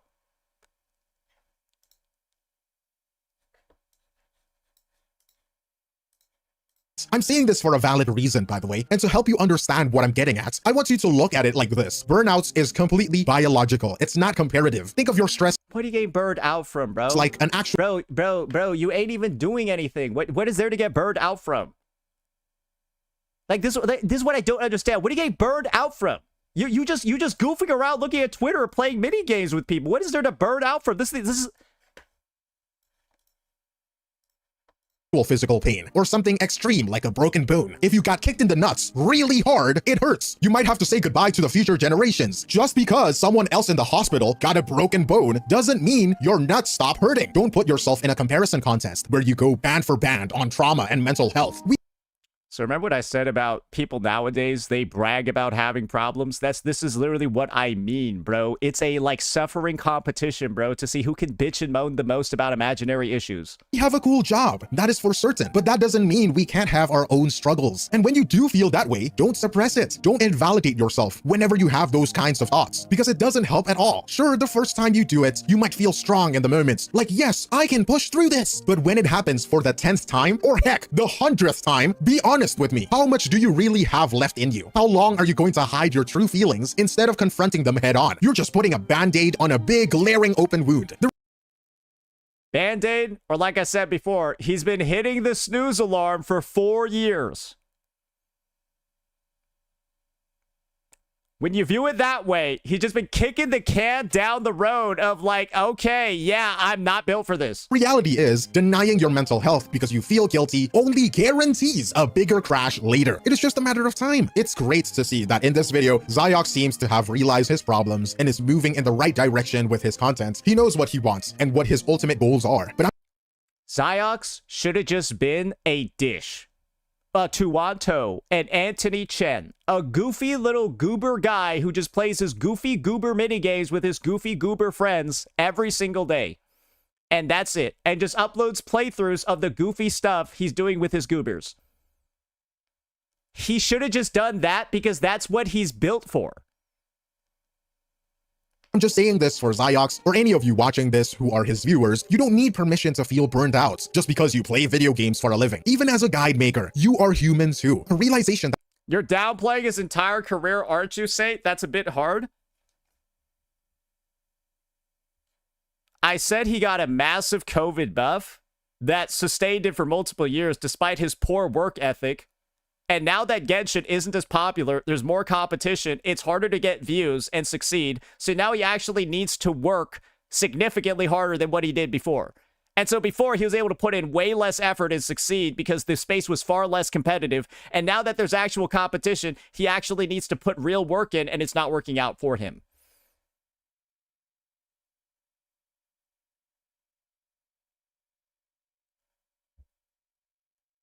That's not downplaying his career, that's telling the truth. a lot of people in this space. And if truth makes you think I'm downplaying, then that's more of an account on your impression of Zyox rather than the real facts about the situation, isn't it? desperately needs. At the end of the day, Ziox's video wasn't just about delayed character guides or fixing his workflow for Snezhnaya. It was a showing of what happens when a creator tries to carry everything all at once by himself until the dam finally breaks. If there's one takeaway Unk used to be a Genshin CC. Why does everyone keep saying I used to be a Genshin CC? I'm just genuinely wondering where that take came from, because I've never uploaded like a Genshin guide video or anything like that in my fucking life. They're confusing you for Tectone. Oh. from everything we have talked about today, it is this. Nobody believes this is your first run. Oh, that's fair to say, I guess. Yeah, okay, so now people think I'm a veteran CC for some odd fucking reason. That's been like in the game for years. All right, great. That's what people think of me. No, I'm not. Creators, perfectionism isn't a badge Bro, smurfing. of honor. That doesn't make you the only one that should be getting praise. It is a bottleneck. Your audience doesn't need a PhD dissertation on day one of a character trapping. This is the unfortunate thing. Glaive was just spitting basic fucking information at this guy. Like, dude, the guy, this motherfucker just wants a cheeseburger. Bro, they just want a cheeseburger from your restaurant. Stop putting the lettuce, the tomatoes, the mayos, the onions, the bacon, the pickles, the potato. Stop putting all that other shit on there. I just want the cheeseburger. That's the fucking, that's it. And the one that's going to tilt you the most, right, is when it's like the burger and then they like put the fucking melted cheese on the bun and you're like, how the fuck do I eat this? You know what I mean? Yeah, no, that happened to me once before at a restaurant, and I like actually got mad when they poured the fucking cheese on my burger. As this, you piece of shit. I ordered this to eat with my fucking hands, asshole. That's probably what it's like when Ziox puts in the fucking 0.01% niche weapon shit in his video. Just do what you do best, but don't let the fear of missing a 5% niche detail keep you hostage from His guides are regardless the highest quality for Genshin. Don't fucking care if it comes out 4 fucking weeks late. Great. Hey, the cure for cancer came out 4 weeks after your mom died. Do you care about it? No, bitch. posting. For viewers, the creators you watch are just like you, actual unemployed human beings. And they are operating in an environment with no clock-out switch and constant public scrutiny. When a video is late, it is rarely because they don't care. In this video especially, it is because they care too much. Ziox cares about you. I care about you. Okay. It's starting to be cringe. I genuinely hope Ziox finds a sustainable pace during this test year, whether that means shorter guides, delegating more of the workload, or pivoting to content that actually brings him joy again. Because I think he needs to wake the fuck up. And I think he needs to stop feeling so sorry for himself, because it's been like 6 fucking years. I think after 6 years of making content for this fucking game, you should have realized a lot of this a long time ago. And like, all these problems are so self-inflicted, I can't feel sorry for him, because it just feels like this guy never experienced real life. Like, I feel like I'm hearing about issues that, like, some fucking girl raised by fucking wolves and then, like, grew up in foster care would have. That's what it seems like, bro. It's like, how are you... Like, it feels like he's so underdeveloped as a human being. no guide or YouTube algorithm is worth burning yourself out to the ground. Like, this is my recommend. Get a therapist, bro. Get a fucking therapist and work out this mental shit you got going on where, like, you can't work properly.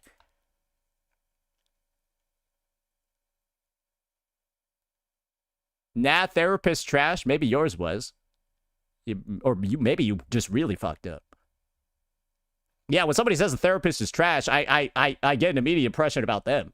Case scenario is that he doesn't quit, right? We all love him how he is, but that is just my view on it. If you enjoyed this video, make sure to drop a like. It really helps the channel out. Let me know down in the comments below what your thoughts are on Ziox's updates, or if you have ever dealt with this kind of burnout in your own life. And if you want to see more content like this, hit that subscribe button. Thank you.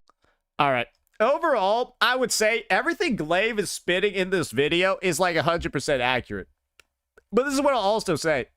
I think Glaive was so much nicer to Ziox than he actually needed to be.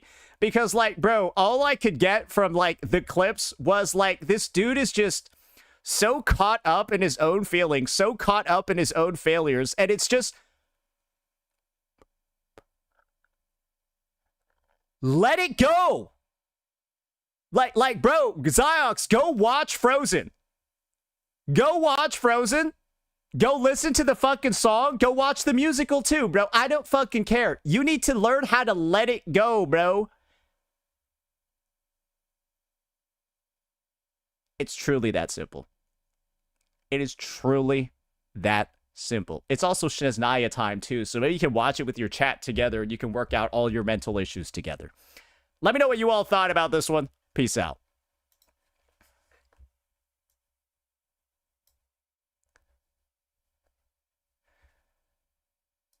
You experienced more in a month than Xiox's entire career? Well, I mean, that's the reality of it, right? That's why there's nobody that fucks with me right now.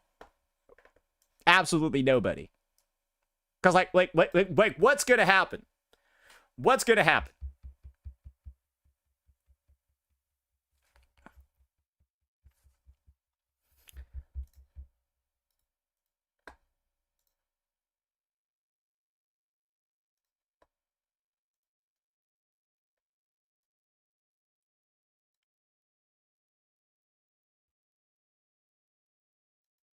True, though, Brand is still stubborn. Brand is... Somebody said Brand had, like, a reaction channel. I want to take a look at it. Brand has a reaction channel now. Dude, does he? Is that true?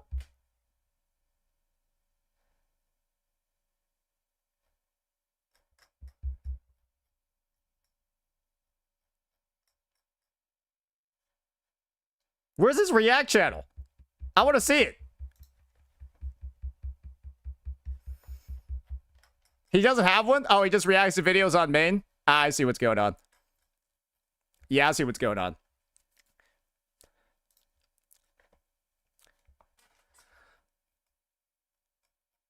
I'm still waiting for Glaive to make the brand video. I still need Glaive to make the brand video. Pokey has that daily Pokey shit. Guys, I feel like the daily Pokey channel is possibly one of the worst ones on the planet.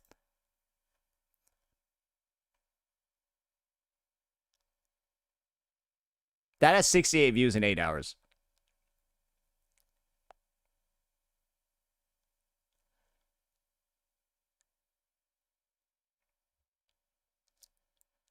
Damn, son. That's...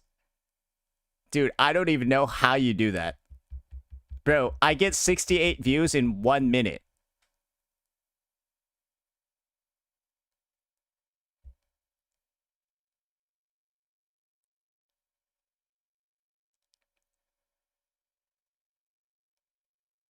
I mean, it's an AKE video. Okay, Jordan. All right, Jordan, what about this one? What you got to say about this one, Jordan? Huh?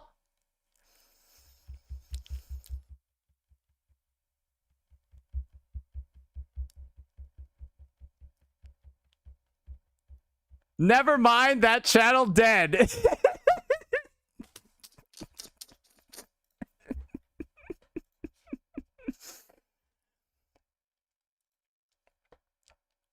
That game is dead. Never mind, that channel dead. Oh, this fucking guy, bro. Hey, remember, somebody's getting 20% of the ad revenue on this. However much that is. Dude, that isn't worth the bandwidth it's taken up. Bro, that video isn't worth the bandwidth it's using, bro.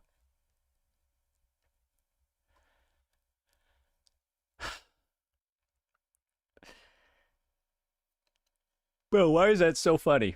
I'm sorry, bro. Why is that shit so funny? I need to take a look at the rest of his stuff now, bro. He had sub 100 views in 8 hours. That's insane. I didn't even know, like, dude, that's crazy. All right. What are we looking at?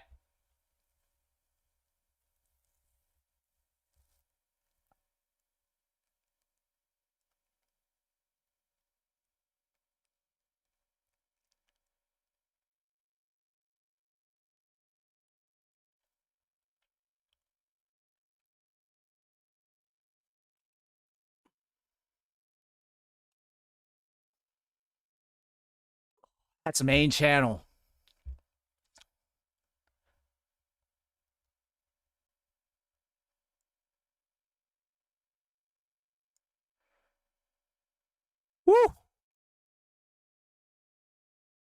Woo! NT's definitely looking real good, boys. Hey, where Gacha Smack at, though? Yo, Gacha Smack, where you at, though? Dude, I love how, like, the grifter duo it's just embarrassing.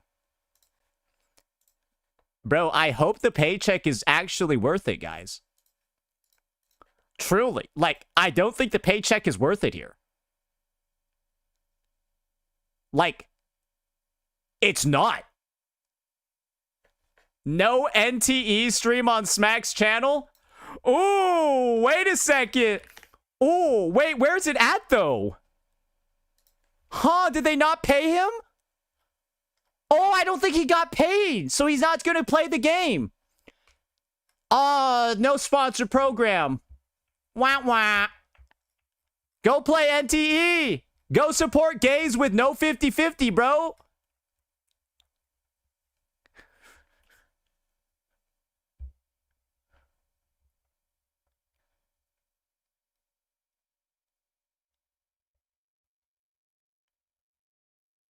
Guys, I'm sorry. This shit is just embarrassing. These guys are so full of shit. It's unreal, bro. Yeah, play a game. Yeah, we need to support the games that don't have the 50-50. I ain't gonna play them unless I'm paid, though. I ain't gonna make videos on them unless I'm paid, though. But you guys need to support them, though. Okay, okay. Do as I say, not as I do.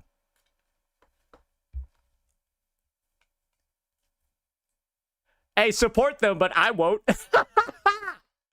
Oh my god, man. This guy is... Bro, the jokes write themselves with this fucking guy.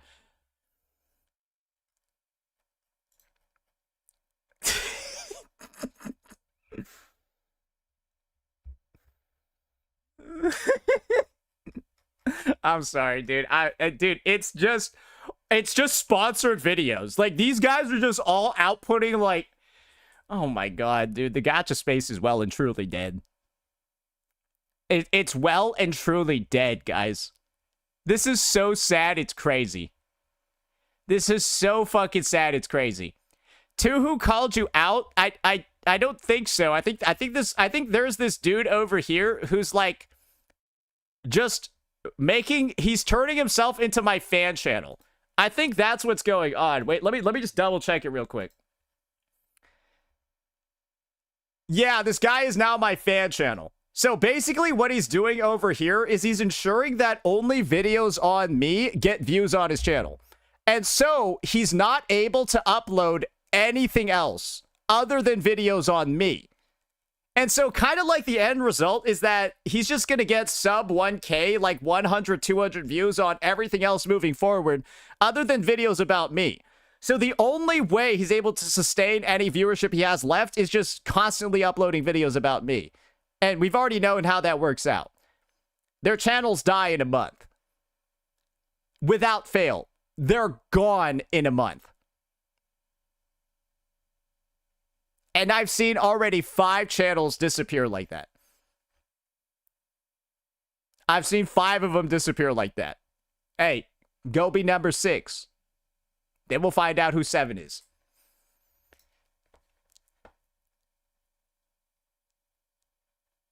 Wholly obsessed? Yeah, guys, this is the thing.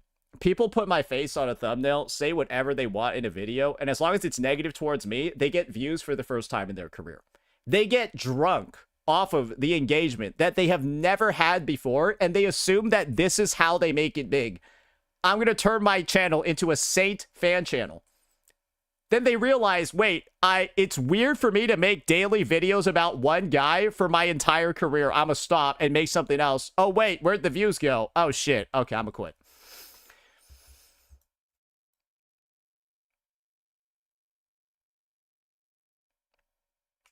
That's how it goes, bro. That's how it goes. Every time. Without fail.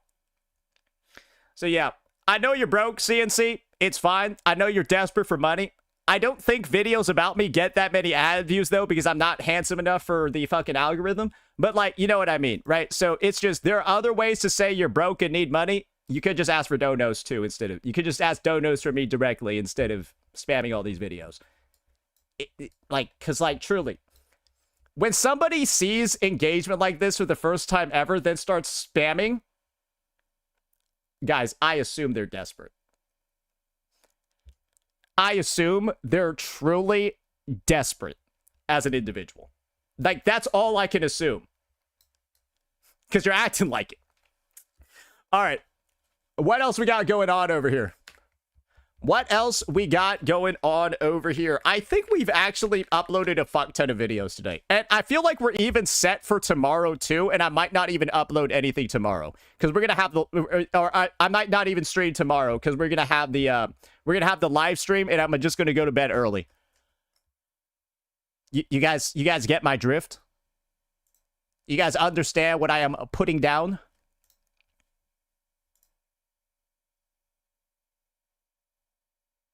Cool. Okay. What shall we do now? I think we're good to end stream. Yeah, I think we're good to end stream, ladies and gentlemen. So, ooh. Okay, all right. Okay, all right. Holy shit, guys, we managed to turn ALG. Guys, we managed to turn ALG into Mini-Me. We managed to turn ALG into Mini-Me, boys. All right, so let's see if we can get him to the top of the ZZZ category. Yeah, let's see if we can get him to the top of the category real fast. All right, I'll see all y'all later. Bye.